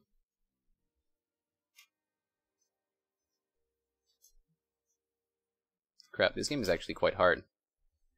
Okay, how do can I exit? Oh yeah, I can, using escape. So the thumbnails are quite small, but I'm honestly, that doesn't look good. That just doesn't look good. So I think we're gonna be doing something else with that. We're gonna be making the thumbnail maybe slidable. We're on a mobile device or even like a phone device. In 1993, swiping was not really popular, but I guess now we're in a new age of swiping. So we're gonna make them quite bigger. Let's go back in our resolution list and go for another one. So 256, 144, or maybe even this one, 384, 216. 384, 216. That could be fine actually. We can swipe through that. Are you using the mic on your headset, or do you have a dedicated mic? I'm actually using a mic on my headset, but I go through some filters to reduce all the noise around me, because I am in a noisy environment right now. You just can't hear it. I have like a couple of computers next to me and a lot of fans.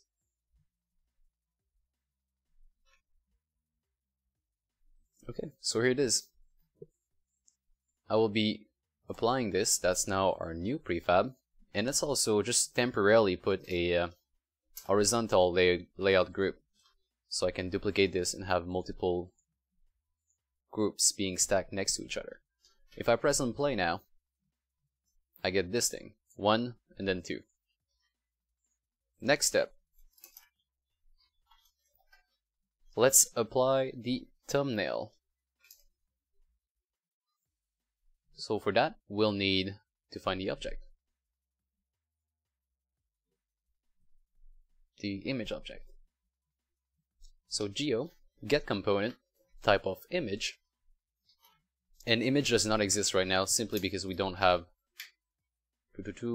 Unity engine.ui, so let's include it. There it is. We now find image. For some reason it doesn't find go.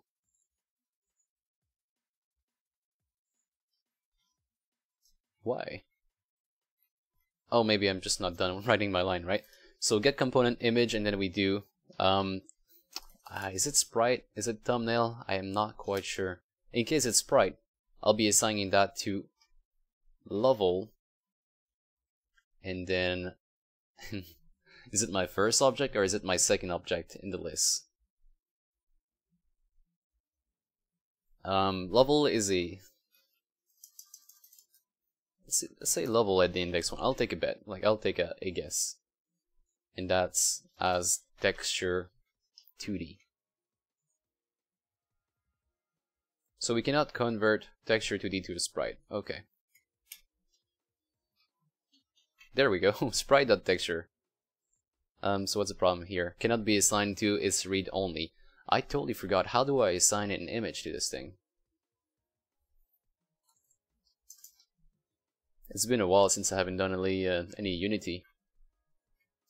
So I got a sprite property. What I can do is maybe create a new sprite out of this. So new sprite out of a texture. I think that makes a little bit more sense for this engine. Okay, so sprite does not take anything that takes a new argument. Okay, let's sprite thumbnail. I'm sorry guys, I'm trying out stuff right now. Thumbnail.image.texture. That's also a get. So how do we create a sprite?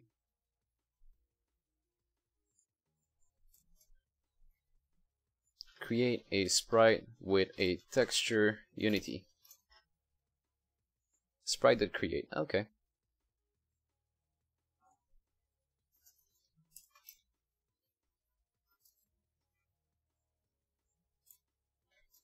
Sprite.create, and then it takes in the texture. Okay, so here it is. Level at the index 1 as texture 2D. So what's the problem now? No overload. Only takes one argument. We need more argument. Okay. What else do they need? They need a pivot point and also a rect. Let's go look up an example on the Unity.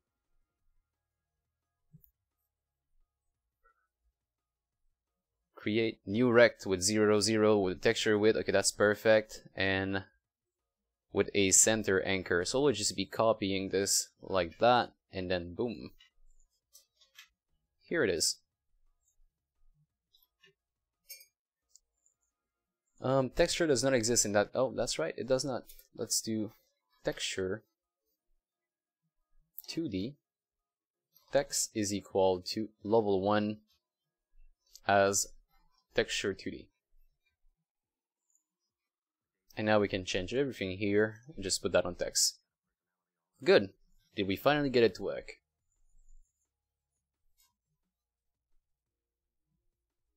Hey, it did work. Almost. The reason it didn't work with the second one is because we don't have a meta data field in here. So let's take this resource level 2, put that there, and then press and play. And here it is. So we got our 2 levels right here. Next step is they don't work anymore. They simply don't work because we don't have any onclick on these objects. We used to have onclicks because those were predefined buttons, or they were predefined in the terms that we put them manually in the scene, and then we added the onclick. Now they're being generated dynamically, so we can't do that anymore, which means that we'll have to do it in some other way. Now they still have a button on them. I recall they still have a button. Yep. So they have an image, we change that. They have a button, we also have to change that. So let's go and do this. Let's add the onClick call. So we'll do geo get component type of button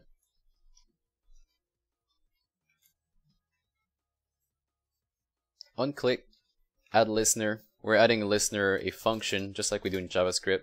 Ugh, I hate this. with, say, the current level on it. So we're gonna add a listener that adds current level. That doesn't work in this case.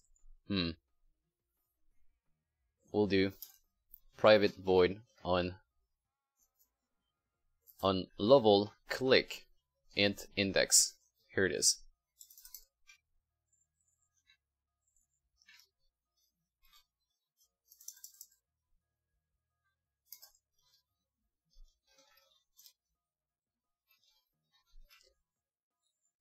Like that, and I'll explain in a second why I've did another int here.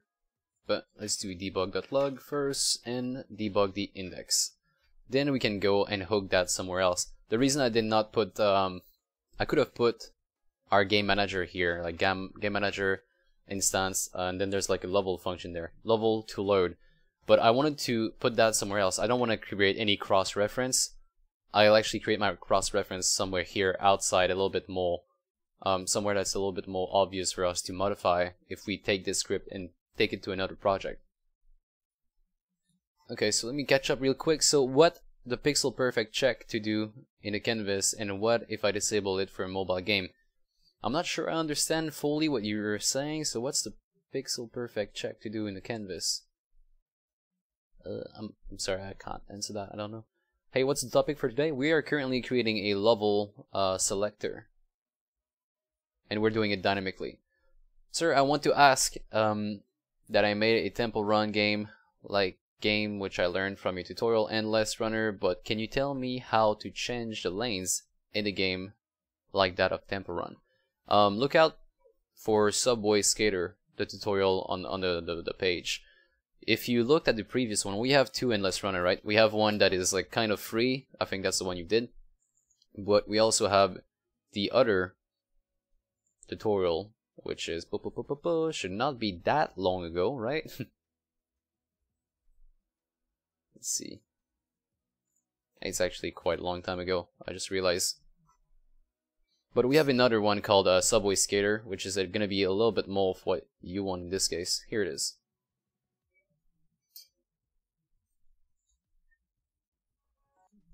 Just have an example. Tutorial is not very long. It's about 20 episodes, right? But 20 episodes of 10 minutes. 10-12 minutes. And you are going to end up with a game that looks like this.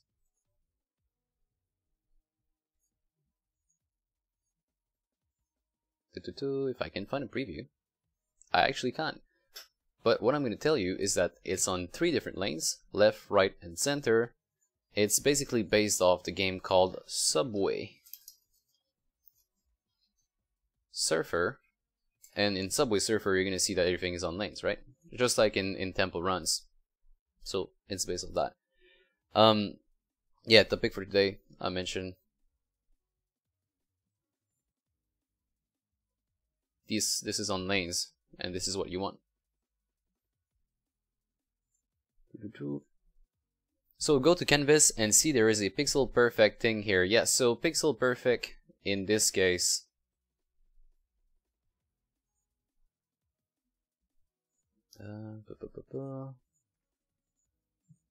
I don't know. I know what you say, like I know what you mean because I saw it before, but I don't really have it here. Under text, you might want to have a pixel perfect. Yo, what's up? Yash. We are working on level selection. My levels are being dynamically generated. Right now we need to add a onClick. And as you can see down here, if I click on 1, I get this 1 call. 2, I get 2, and now we can use this to load our level. So game manager instance, try and load the level at the index. Let's go back, press on this again.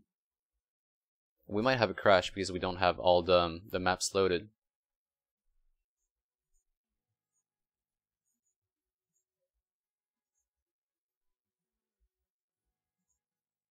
Yep, so that's 1, then we go back, that's 2.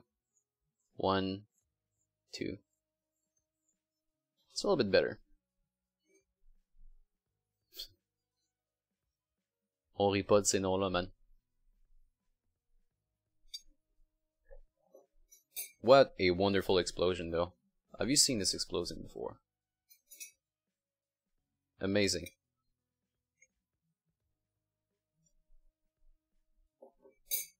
Right, so we got our pink thumbnails. I think they also need to be in some kind of galaxy universe kind of deal. Let's go here. Put our menu in some kind of sweet, sweet galaxy.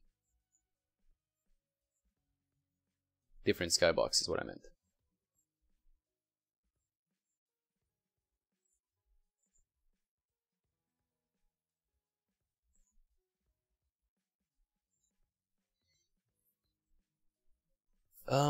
In hierarchy, honestly, I don't know what pixel perfect really is in that case, so pixel perfect unity is, I'll read it with you.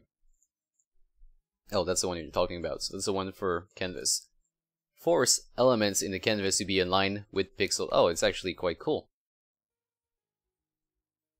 So you can't, like, you can't put really, like, floaty values, I'll call them floaty values, but you can't put them, like, too far away.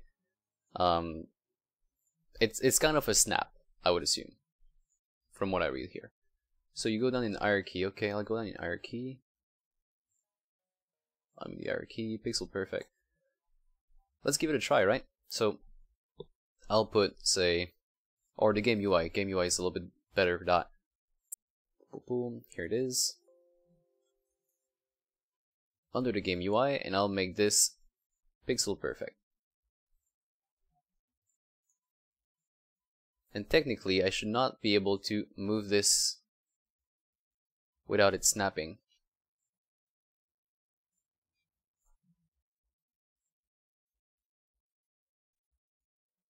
Yeah, do you see? Like, I don't get any 0.5. Well, I do get now because I just released it, but when I was moving it, I don't seem to have any float values in there.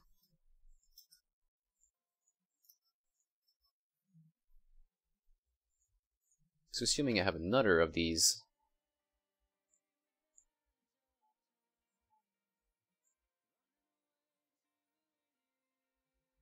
it's just a little bit more snappy, man. I think that's all we have to realize out of this.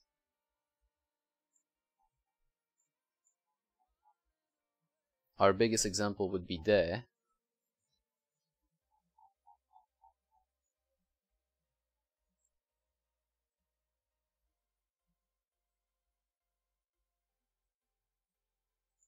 Okay, and then let's put that on not pixel perfect. You see there's a very, very slight difference when I toggled it off. I don't know if you could see.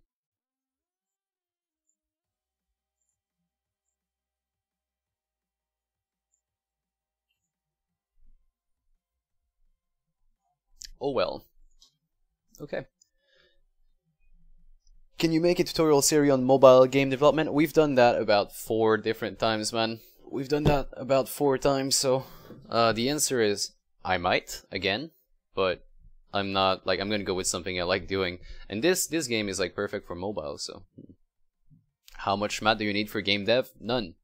Just let all the engine do the work for you. I don't need to know what I don't need to know how to calculate a dot product because I can just write vector3 dot dot and that's all.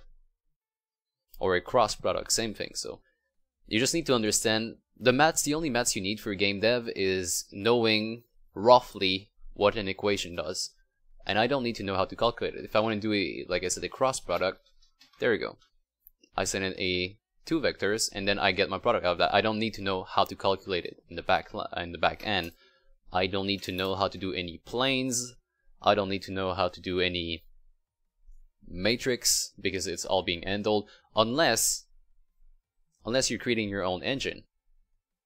In that case, yeah, you do need to know how to do a lot of that. Or if you want to do C++ with DirectX, you're going to need to know how to do matrices. If you want to create games on mobile, you don't need any maths, man. You don't need any maths at all. Yo, I'll be right back real quick, go get some more water. And I will pick up on your question in a second.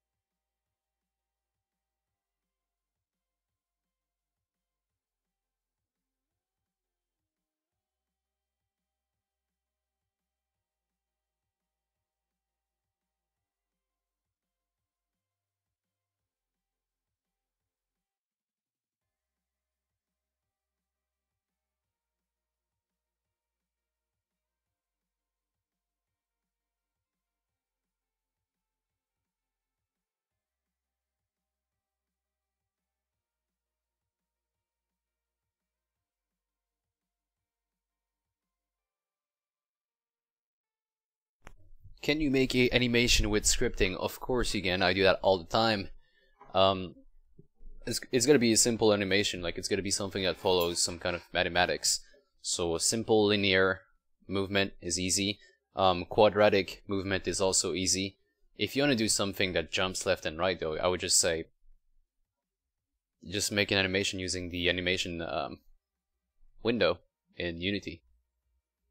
If you make something really complicated, use the animation window. If you make something linear or exponential or quadratic, you can use equations.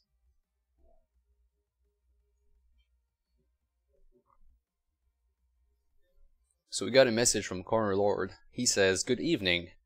I just want to ask, is creating a 2D game on Unity compared to engines designed for 2D worth the time? I have found animation the most challenging part in Unity." That's a good question. It depends on what's the goal, right? So if you want to push to as many devices as you can, Unity is one of the perfect place, because you can push to WebGL, you can push to mobile, you can push to Windows standalone, you can push to Xbox One, you can push to a lot of different places. So I think that's one of the biggest advantage using Unity. But you also have a very huge overhead. Like, we're not gonna lie, Unity puts a lot of things in your base application. So you never, like, if you push something on mobile, you never end up being under 20 meg already. And 20 meg is a lot if you just have a really, really simple game. So you have to weigh the pros and the cons. Okay, let's get a little bit of work in. So we were trying to load level and click. We managed to do that. We wanted to put a universe in here. We managed to do that. What I'd like to do is maybe.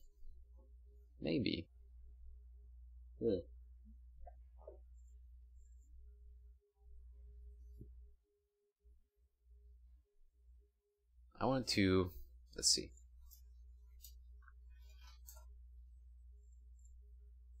Because right now our level selection is really not that good looking. It looks something like this. I'd like to modify that and put it somewhere else.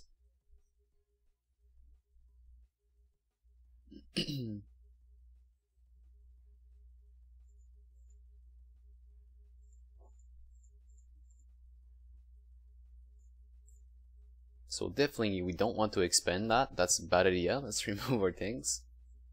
We would like to maybe anchor this in the center.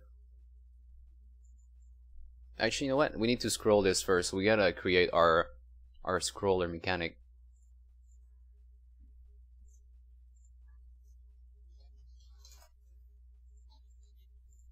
I'll wrap this in a other container. I'll make sure this one has a, I think that's the one I need to scroll. So yeah, scroll rect. And that's the content right here. Now, I don't recall fully how to work with this thing. Let's make sure it's not vertical, it's only horizontal. We're going to scroll from left to right. That seems appropriate. Okay, so we got left and right, but now they're being stacked on top of each other, which is not what we're looking for, of course. So maybe this one here needs a horizontal layout group. Oh, and we're having conflict because this one also has a horizontal layout group. So let's add it only here.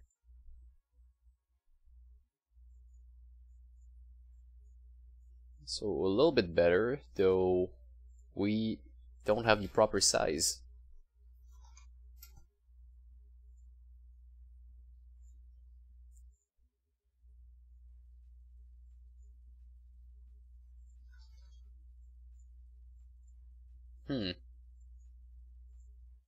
I always struggle a little bit here. That's always the same thing. I struggle on this part.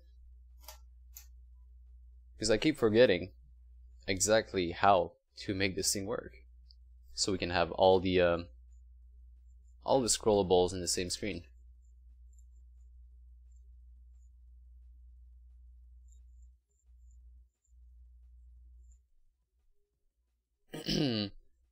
So how to down file size in APK? Like I told you, just remove the 86 build of the just go and build for ARM 7. Godot, for example, has C# support, has enough supported publishing platform for me. Maybe it's the way to go for me. I think Godot is actually becoming more and more visible. Well, not visible, prevalent is what I'm trying to say, but I think that's a French word. It's becoming better, so it might be a really good option to branch out. How hard is it to learn shader from scratch? It's actually quite easy. You just need to put your right mindset into it and go really for the root. Don't try to learn high level shader right away. Like don't try and learn how to make an ocean, because that's not gonna be fun at all. Go learn how to create like simple shader, like change the color at a certain distance from the camera, or change stuff in the world at very specific locations. Yeah, Godot is really good for 2D games. I can actually say it is.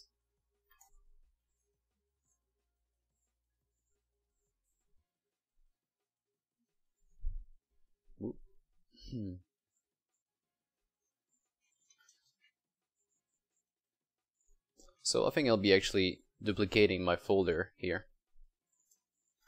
so I can have a couple of these and test out 3, 4, 5, and 6. Those have to be incremental number like this. And Eric, you should do a stream trying out Godot. I could, but I never actually used it in the past, so I just look stupid, I think. Which is what I do on a daily basis when I stream anyway, so I guess that's not a big change. If we build with ARM, it will work on all devices. I think it's gonna work on all devices, and correct me if I'm wrong, but the only one it should not work on is Windows Phone. Let's see. Which one doesn't have a RMB processor? Like which phone? Which phone does not have?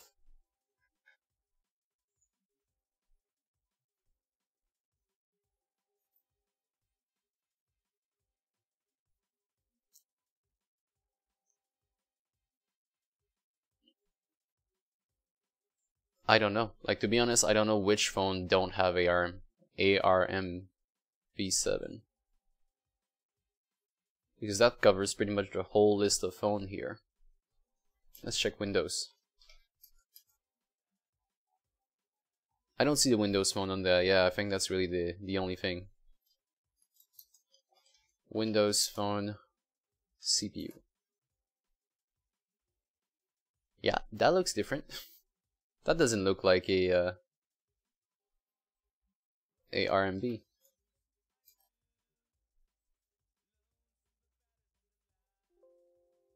Though it does say here we're using that ARM architecture.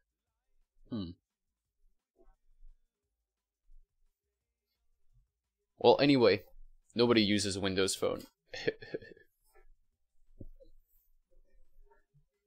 What a shame.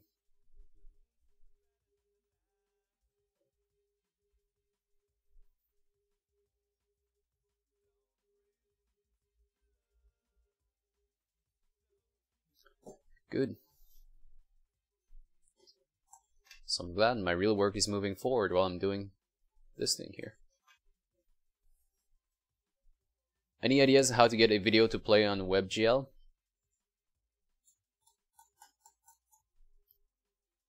There is a new video player in Unity. This one should work. You gotta use video player, I think. Player, video, media. I don't know what the word is. Look up video player. The new one, like Unity 5 point something video player. Okay, so where were we? Oh yeah, I was trying to wrap everything inside of this single object here, and get it scrolling. But that definitely doesn't work, so I need to make this other object fit in children. Aspect ratio. Oh, content size fitter. That's what I need, not the aspect ratio thing. Sorry, I'm a little bit stupid. Let's go back. Content size fitter. Horizontal fit to minimum size. And does it work? Yep, boy, it works. Okay, cool. We got our scrolls. Now... Crap, I'm stupid. Now we're gonna put a little bit of space in between them because they do look weird. So what if I put spacing of like 50? Yep, everything still works. We're gonna go beyond that.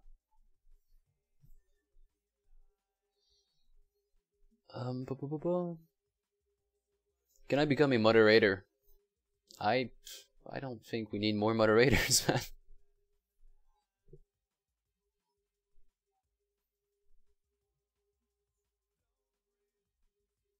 Let's see.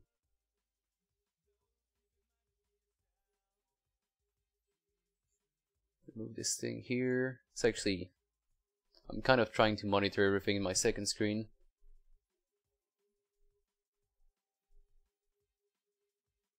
And what is the best way to learn Unity by step? I'm about to make a video on this. Like, I'm about to just like go real talk mode and make a video on this. And I'm gonna tell you right away, like, if you want to learn Unity, don't learn coding. Don't start with coding. Coding is the thing that is the scariest. That's gonna scare everybody away from Unity, and that's not cool. Definitely don't want that. If you want to learn Unity, do something you want first. Start with art. Art is fun. Art is really, really fun. Make some 3D models. Put them there. Figure out how to make them move. So you're gonna have to create a script there. You're not quite sure how to do it. Just go copy it off someone else. And Google a lot. You're gonna learn Unity by doing anything but code at first. People are making full-fledged game that they release on the Play Store now just with assets. It kind of pisses me off at the same time. But hey.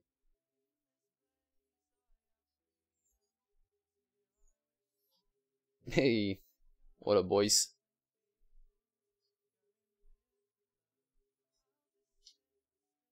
Robotics says, what is the best language for Unity? I am learning C#, but I'm having skepticism. Well, you don't have many options, right? So you're learning C#, and the other one you can learn is JavaScript, which, where is it?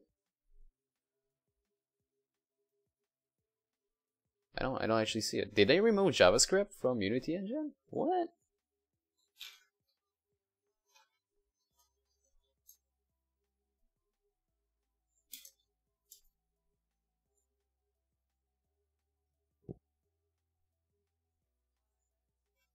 That's actually quite funny.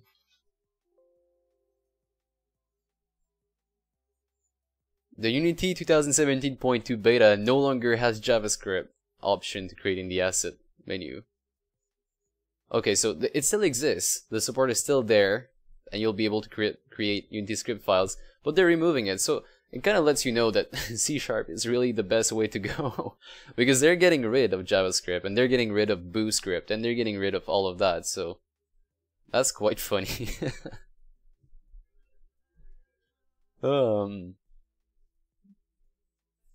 And they begun to work on Unity script to C#, so everything is going C#, right?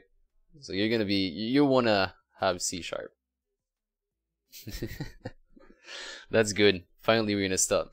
We're gonna be good. And we won't have to deal with this, the code translation when you're trying to read off someone else's code in GS.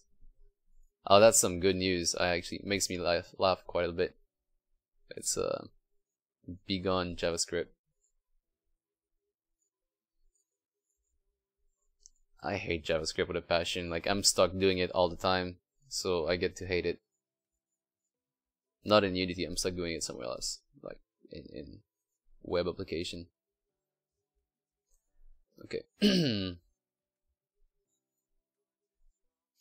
gonna make sure this one is anchored on left, so when I start, my my view is actually it doesn't work. I'm still in the center. Like, I gotta find a way so it's not in the center. What if I do this? Okay, that's good. That's good. So now I can start at the beginning. Let's also put a little bit space in between, like we said. This time we're going to do it off editor, maybe 100. Child alignment, we'll put that in the center, middle left. I bet they will add C++ in the future. I hope so. That's going to make my life quite complicated, but it's going to give me a good learning experience. Yeah, and it's also good to note that they're getting rid of Mono for their new system that they're going to be implementing in Unity 2018. That's going to be so much more optimal for Unity games. And it's about time to get rid of Mono. Like they've been saying that since I remember I was in school when my teacher hinted that they planned on removing Mono behavior.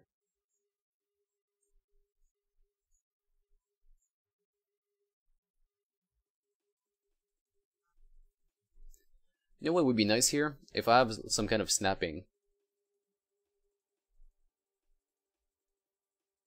Yeah, Augusto, yeah, they're actually going to be removing Mono for that purpose. So we can use data-oriented design. It's going to be a choice though, you don't have to use it if you don't want to.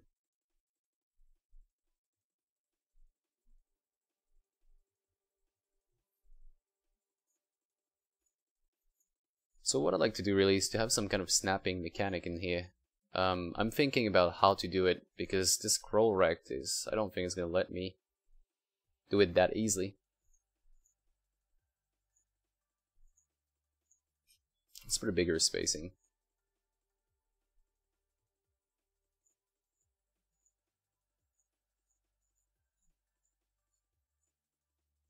I said that they would remove MonoDevelop a while ago. Yep, it's been a while. I've been saying that. on my end, personally, I've been saying that for over 5 years. But now they're finally doing it. I hate Mono. There's a lot of things I hate. Like everything I don't use on a daily basis. If that's not JavaScript, I usually don't like it very much. But I'm also biased. Like some of that is really good as well. Okay, so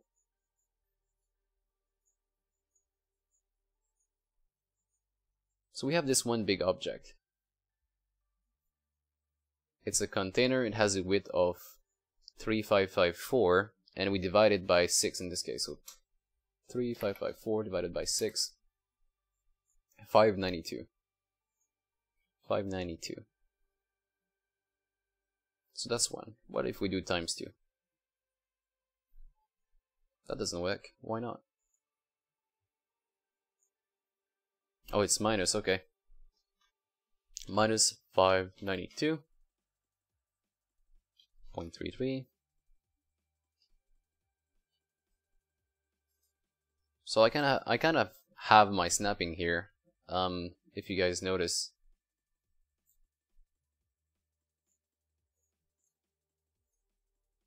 I'll be honest, it's super poor though.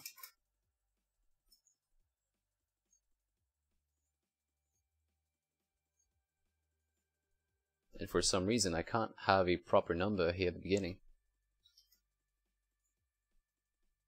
Let's move this. I want this to be on 0.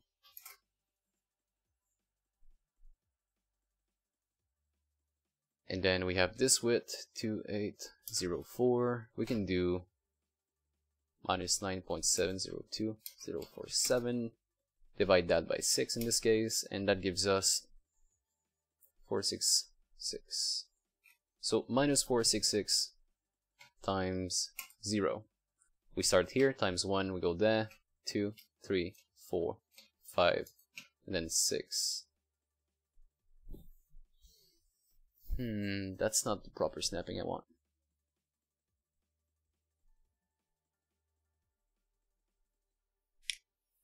Is Unity the best for making game as a hobby? I think so. I mean, if it's a hobby, you'll just pick up anything that you need to pick up, in my opinion. I just know that it has served me well.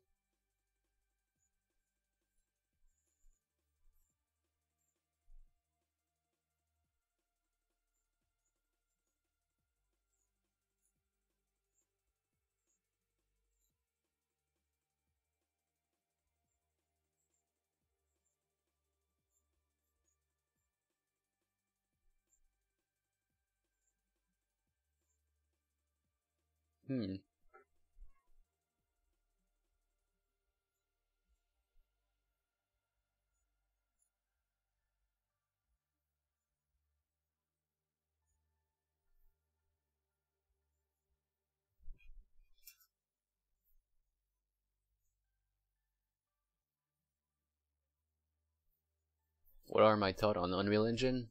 It's really good to get started, especially for an artist, to make a lot of things look good. But then when it comes down to going a little bit deeper than what Blueprint can offer you, then you need a real technical guy. So I think it's really good for entry level to make okay, I guess, prototype. But if you want to take it to another level, you need somebody really experienced. While Unity is just a middle ground in between the two.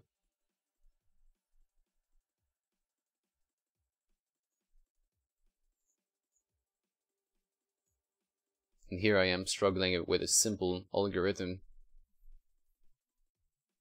But I'm being restricted by my scroll rect.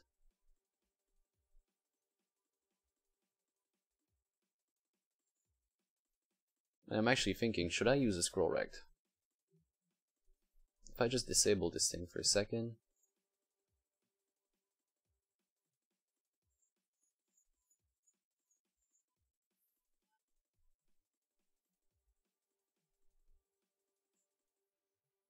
I'll create something weird.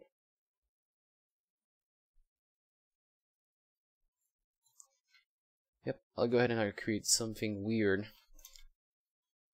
Private void update.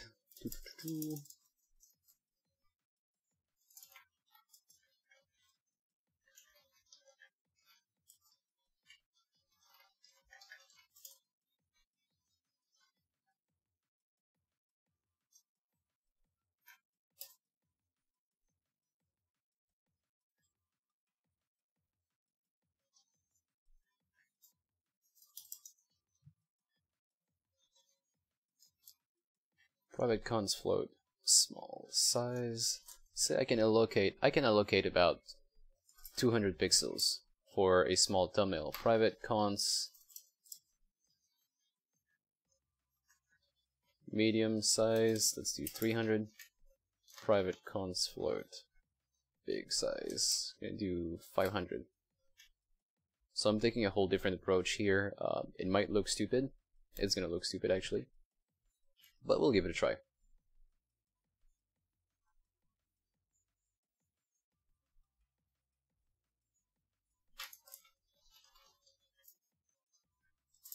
Precision. Thumbnails. I'm actually getting rid of the scroll rect.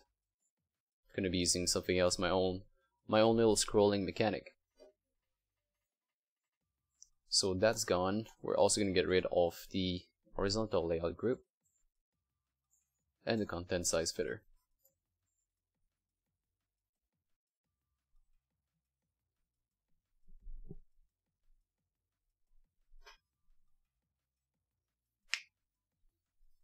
If MonoDev is removed, I think we'll be using Visual Studio. Yep. You are. If you notice in Unity, when you download Unity, you also get to download the Visual Studio tools for Unity, and everything is so much simpler now. It used to be complicated to have Unity work with Visual Studio. Working on a Teenage Mutant Ninja Turtle arcade reshelled 3D game using Maya and Unity. That's quite cool. One of my good games as well. Scroll rect is the worst. Yeah, I mean, it's good, but I don't need it, so let's get rid of it.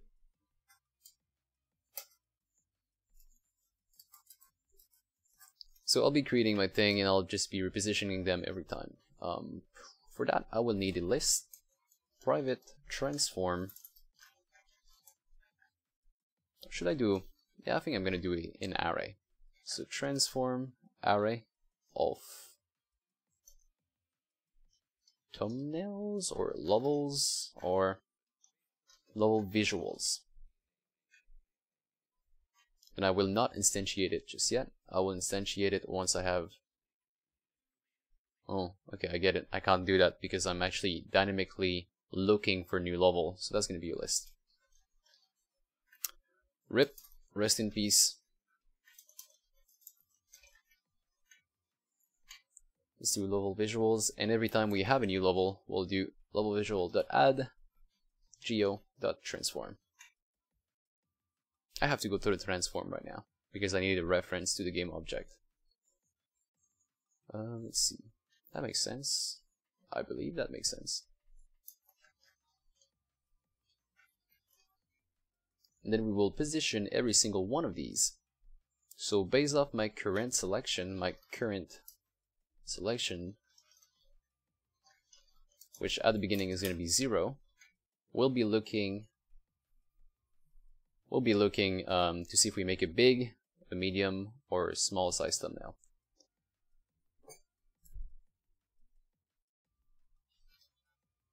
For each level visuals, no, let's use a for loop so I can have the index for int y0 level visual dot count, and then we are going to place them in the world.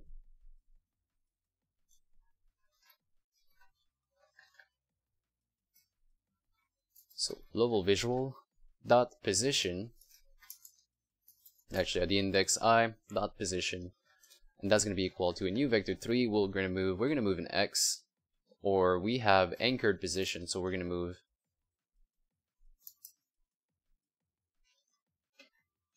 still an x.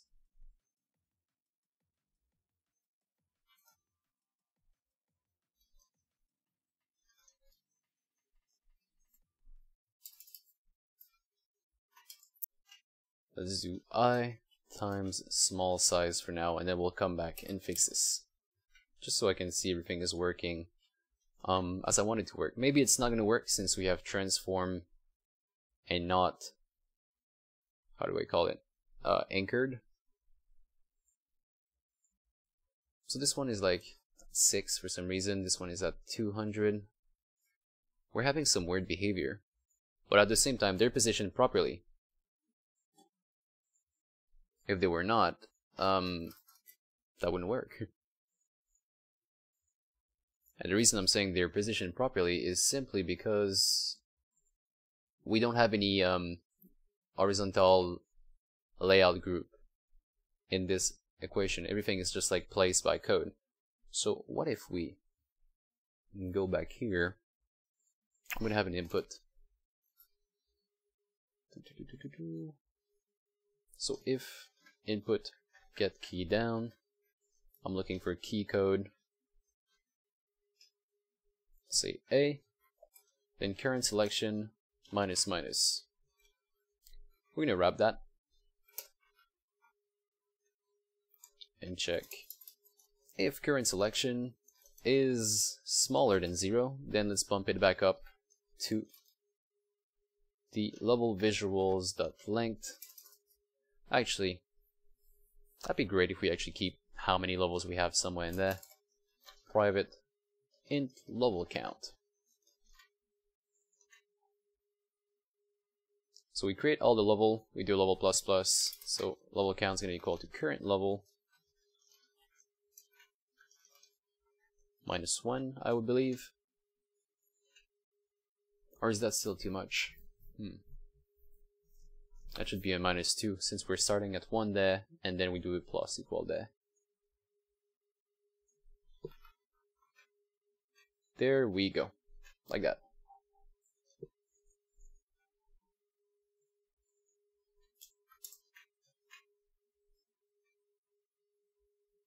Same thing on the other side.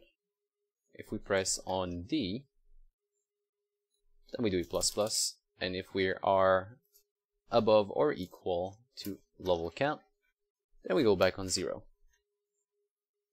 That's going to give us our little wrapping. So let's see.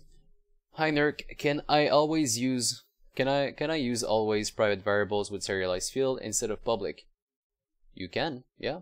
I mean, the reason you want to use serialized field, I guess, is to use it through the inspector. So yeah, it would actually create a little bit more sense to do it that way. If I buy an asset from the asset store, do I have to mention the author in my game? Nope, you don't have to. That's part of the licensing agreement that you'll find on the asset store itself.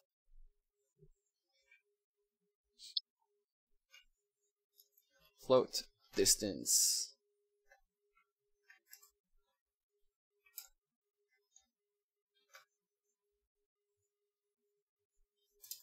So this is part of my position thumbnail. I'll make sure to put that down here, and then I'll do vector 3.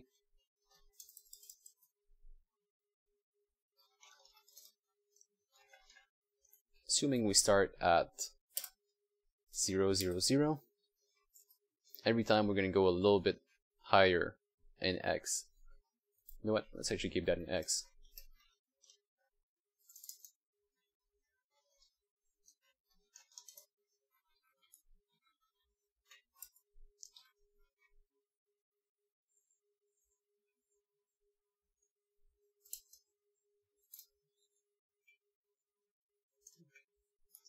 Go, and then we do tracker plus equal I times, and then that depends. So here we're gonna have to do some kind of algorithm. So I'll do a switch case. No, I can't do that.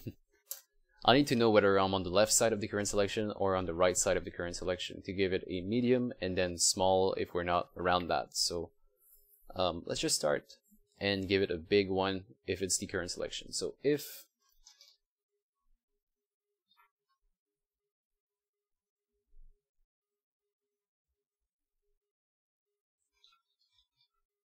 I'm actually doing this all wrong. Crap. I think I'll take a break quite soon. Okay, so if I is equal to current selection, in that case, we're going to do tracker plus equal big size.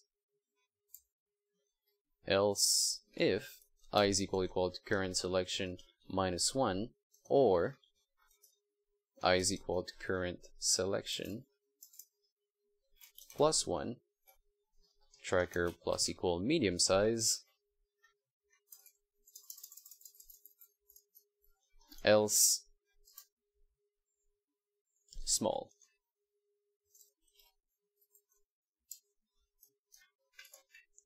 There we go. Cool, and then we increment that by, well, we have it right here.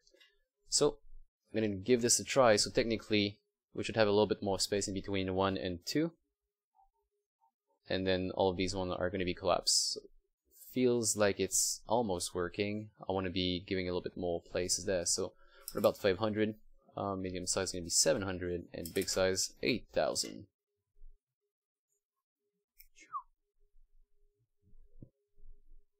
So if you want to encapsulate fields and use OOP correctly, you will need serialized field and get set properties. That is correct.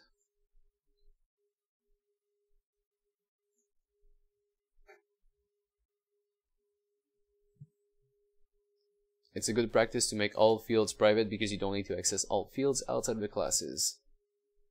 I also agree.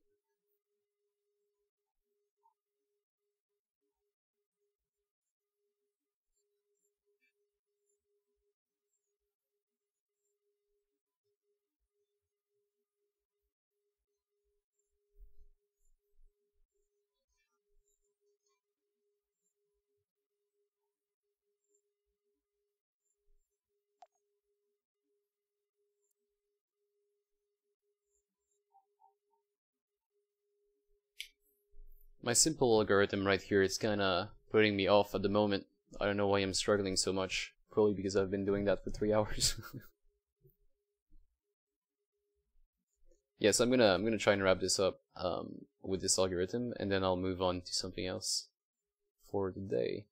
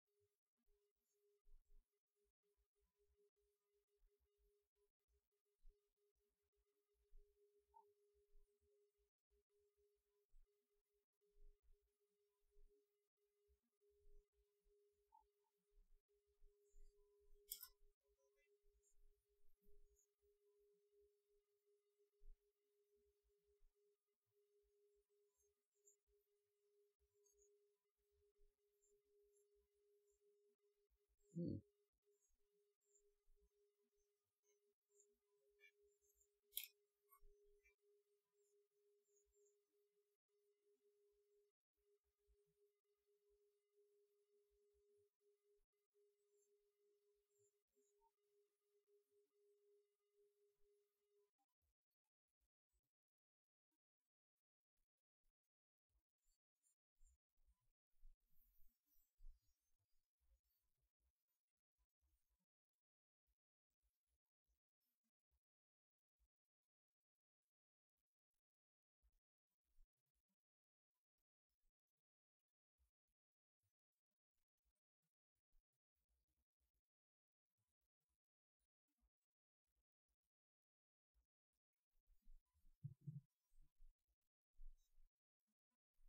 So Tenno says, how do I become a good game developer? What do I need to start becoming a good game developer? I think, and that's gonna sound stupid because I haven't done that yet, I think you just need to publish a game. I just think you need to publish something.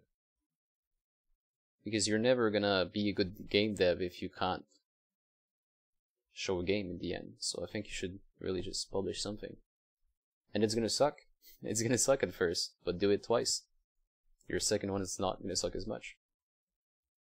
You got some grinding to do, basically. Have another coffee? No, if I do that, I won't sleep at night. Just one is enough. And I'm just mixing like missing a little bit of focus. This is a crappy algorithm. I don't know. I'm trying to do two things at once with this algorithm. That's why it doesn't work. I'm trying to have like a moving mechanic, but at the same time, I want to have this different space in between. So I think I'm going to say screw this thing for now. And we'll just have it moving from left to right.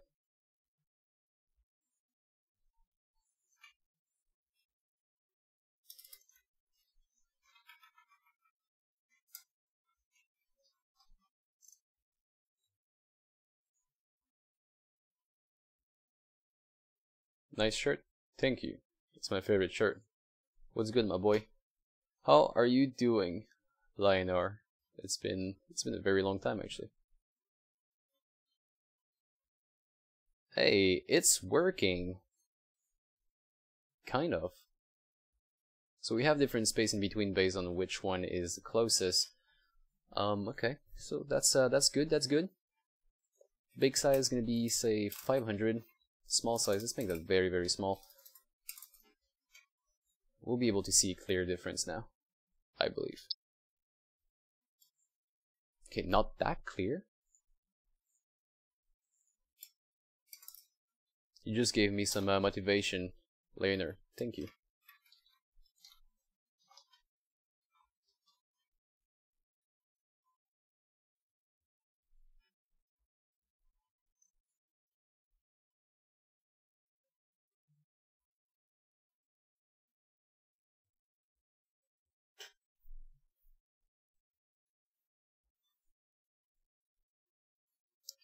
So I figured out something. This should be here. That's all I have to say. Ah, there we go. Cool. So we can see the big gap. Big gap, medium gap, small gap.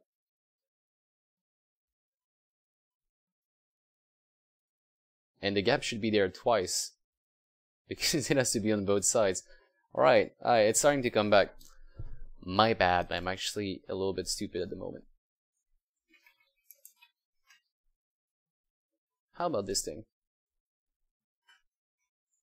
What if we take this, copy it, put it like that? Then I'll do a divided by 2 here. So 52 and then 4. Let's do 3. Yeah, I need to code something else. I think I just need to not code. But maybe. Oh, we can clearly see the gap here. Boy, oh boy. You know what? This should be 75.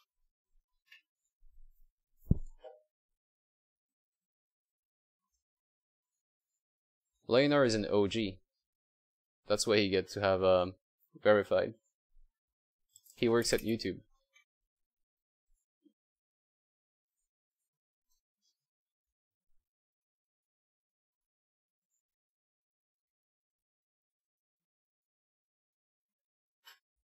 Cool. Okay, so we have something that almost works.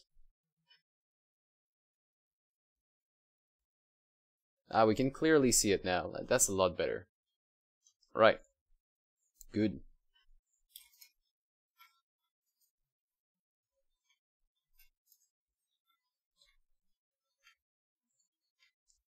Am I going to be doing a tutorial in Photon? Not yet. I mean, I don't see the point. I'm creating my own tutorial, my own multiplayer engine using Unet, so I don't think I'll be using Photon anywhere near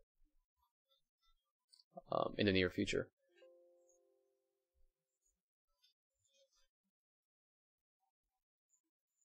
Photon server. Like, honestly, I don't know why you would use Photon over Unet. The reason I'm saying that is because Photon's gonna like drain your soul, drain your wallet actually. It's gonna drain your wallet. It's really expensive to have Photon running for real, like on a real node.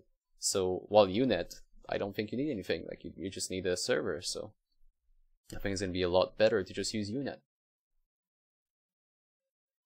The low level one, not the high level one. High level sucks. He's not kidding. His dad really owns YouTube, man. It's Leonard works at YouTube. That's why he has a verified sign. Damn, I'm working hard to get that verified sign, but I have to befriend a lot of people.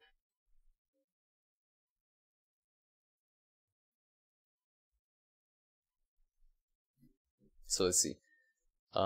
Desired position. If you've been around the channel, you know what this is going to be used for. Desired position. Let's do that here. Tracker, and then put that on 0. I don't want to put my camera there. Maybe like -10, because the camera is going to go directly on this thing.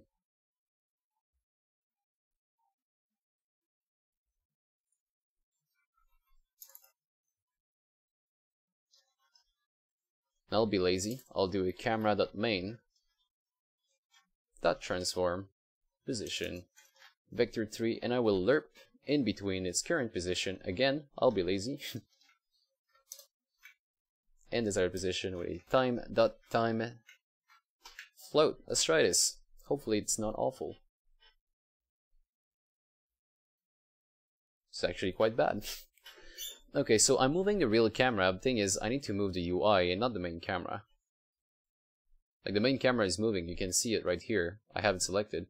It doesn't care, since we need to be on screen space. So technically, I should never even move the main camera. That's what it means.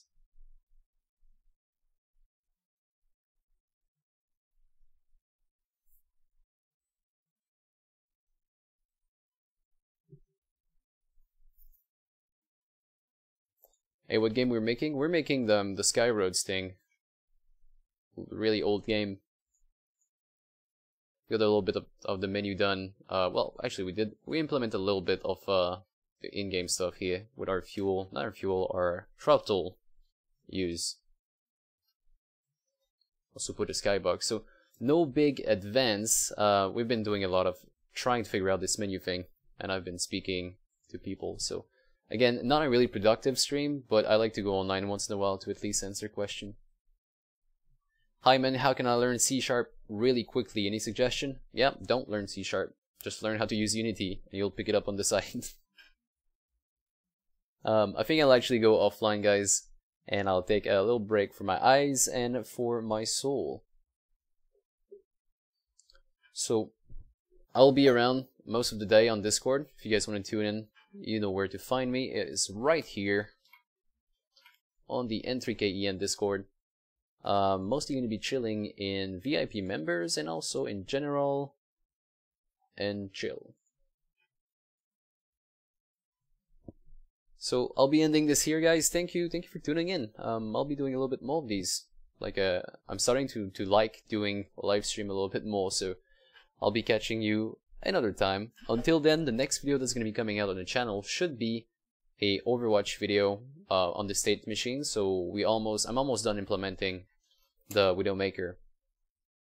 So once that's done, I'll be making an update video at least to tell you how I did it, and also to publish the code. So I'll give you a little preview of what's going on with this project right now. Once it opens,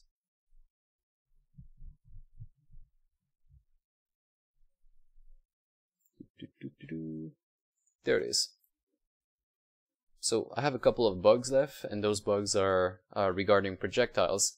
And then one thing I have to do, and I have started to do the base, is to do the shooting. So I want to be able to shoot only with left click right now. So hit scan, left click, and have decals spawning on the wall. So have those little textures spawning on the wall where you shoot. Other than that, the hook is done, the grappling hook, and I fixed most of the issue around it. Things that are not fixed are going to be hooking on a moving object, so like this one. First, it crashes, and second, it doesn't go anywhere near where you want it to go. So those are the things I still have to fix. Other than that, that's going to be the next video on the channel. Hey, thank you guys for watching. I will be catching you quite soon, hopefully on the channel. And yeah, goodbye.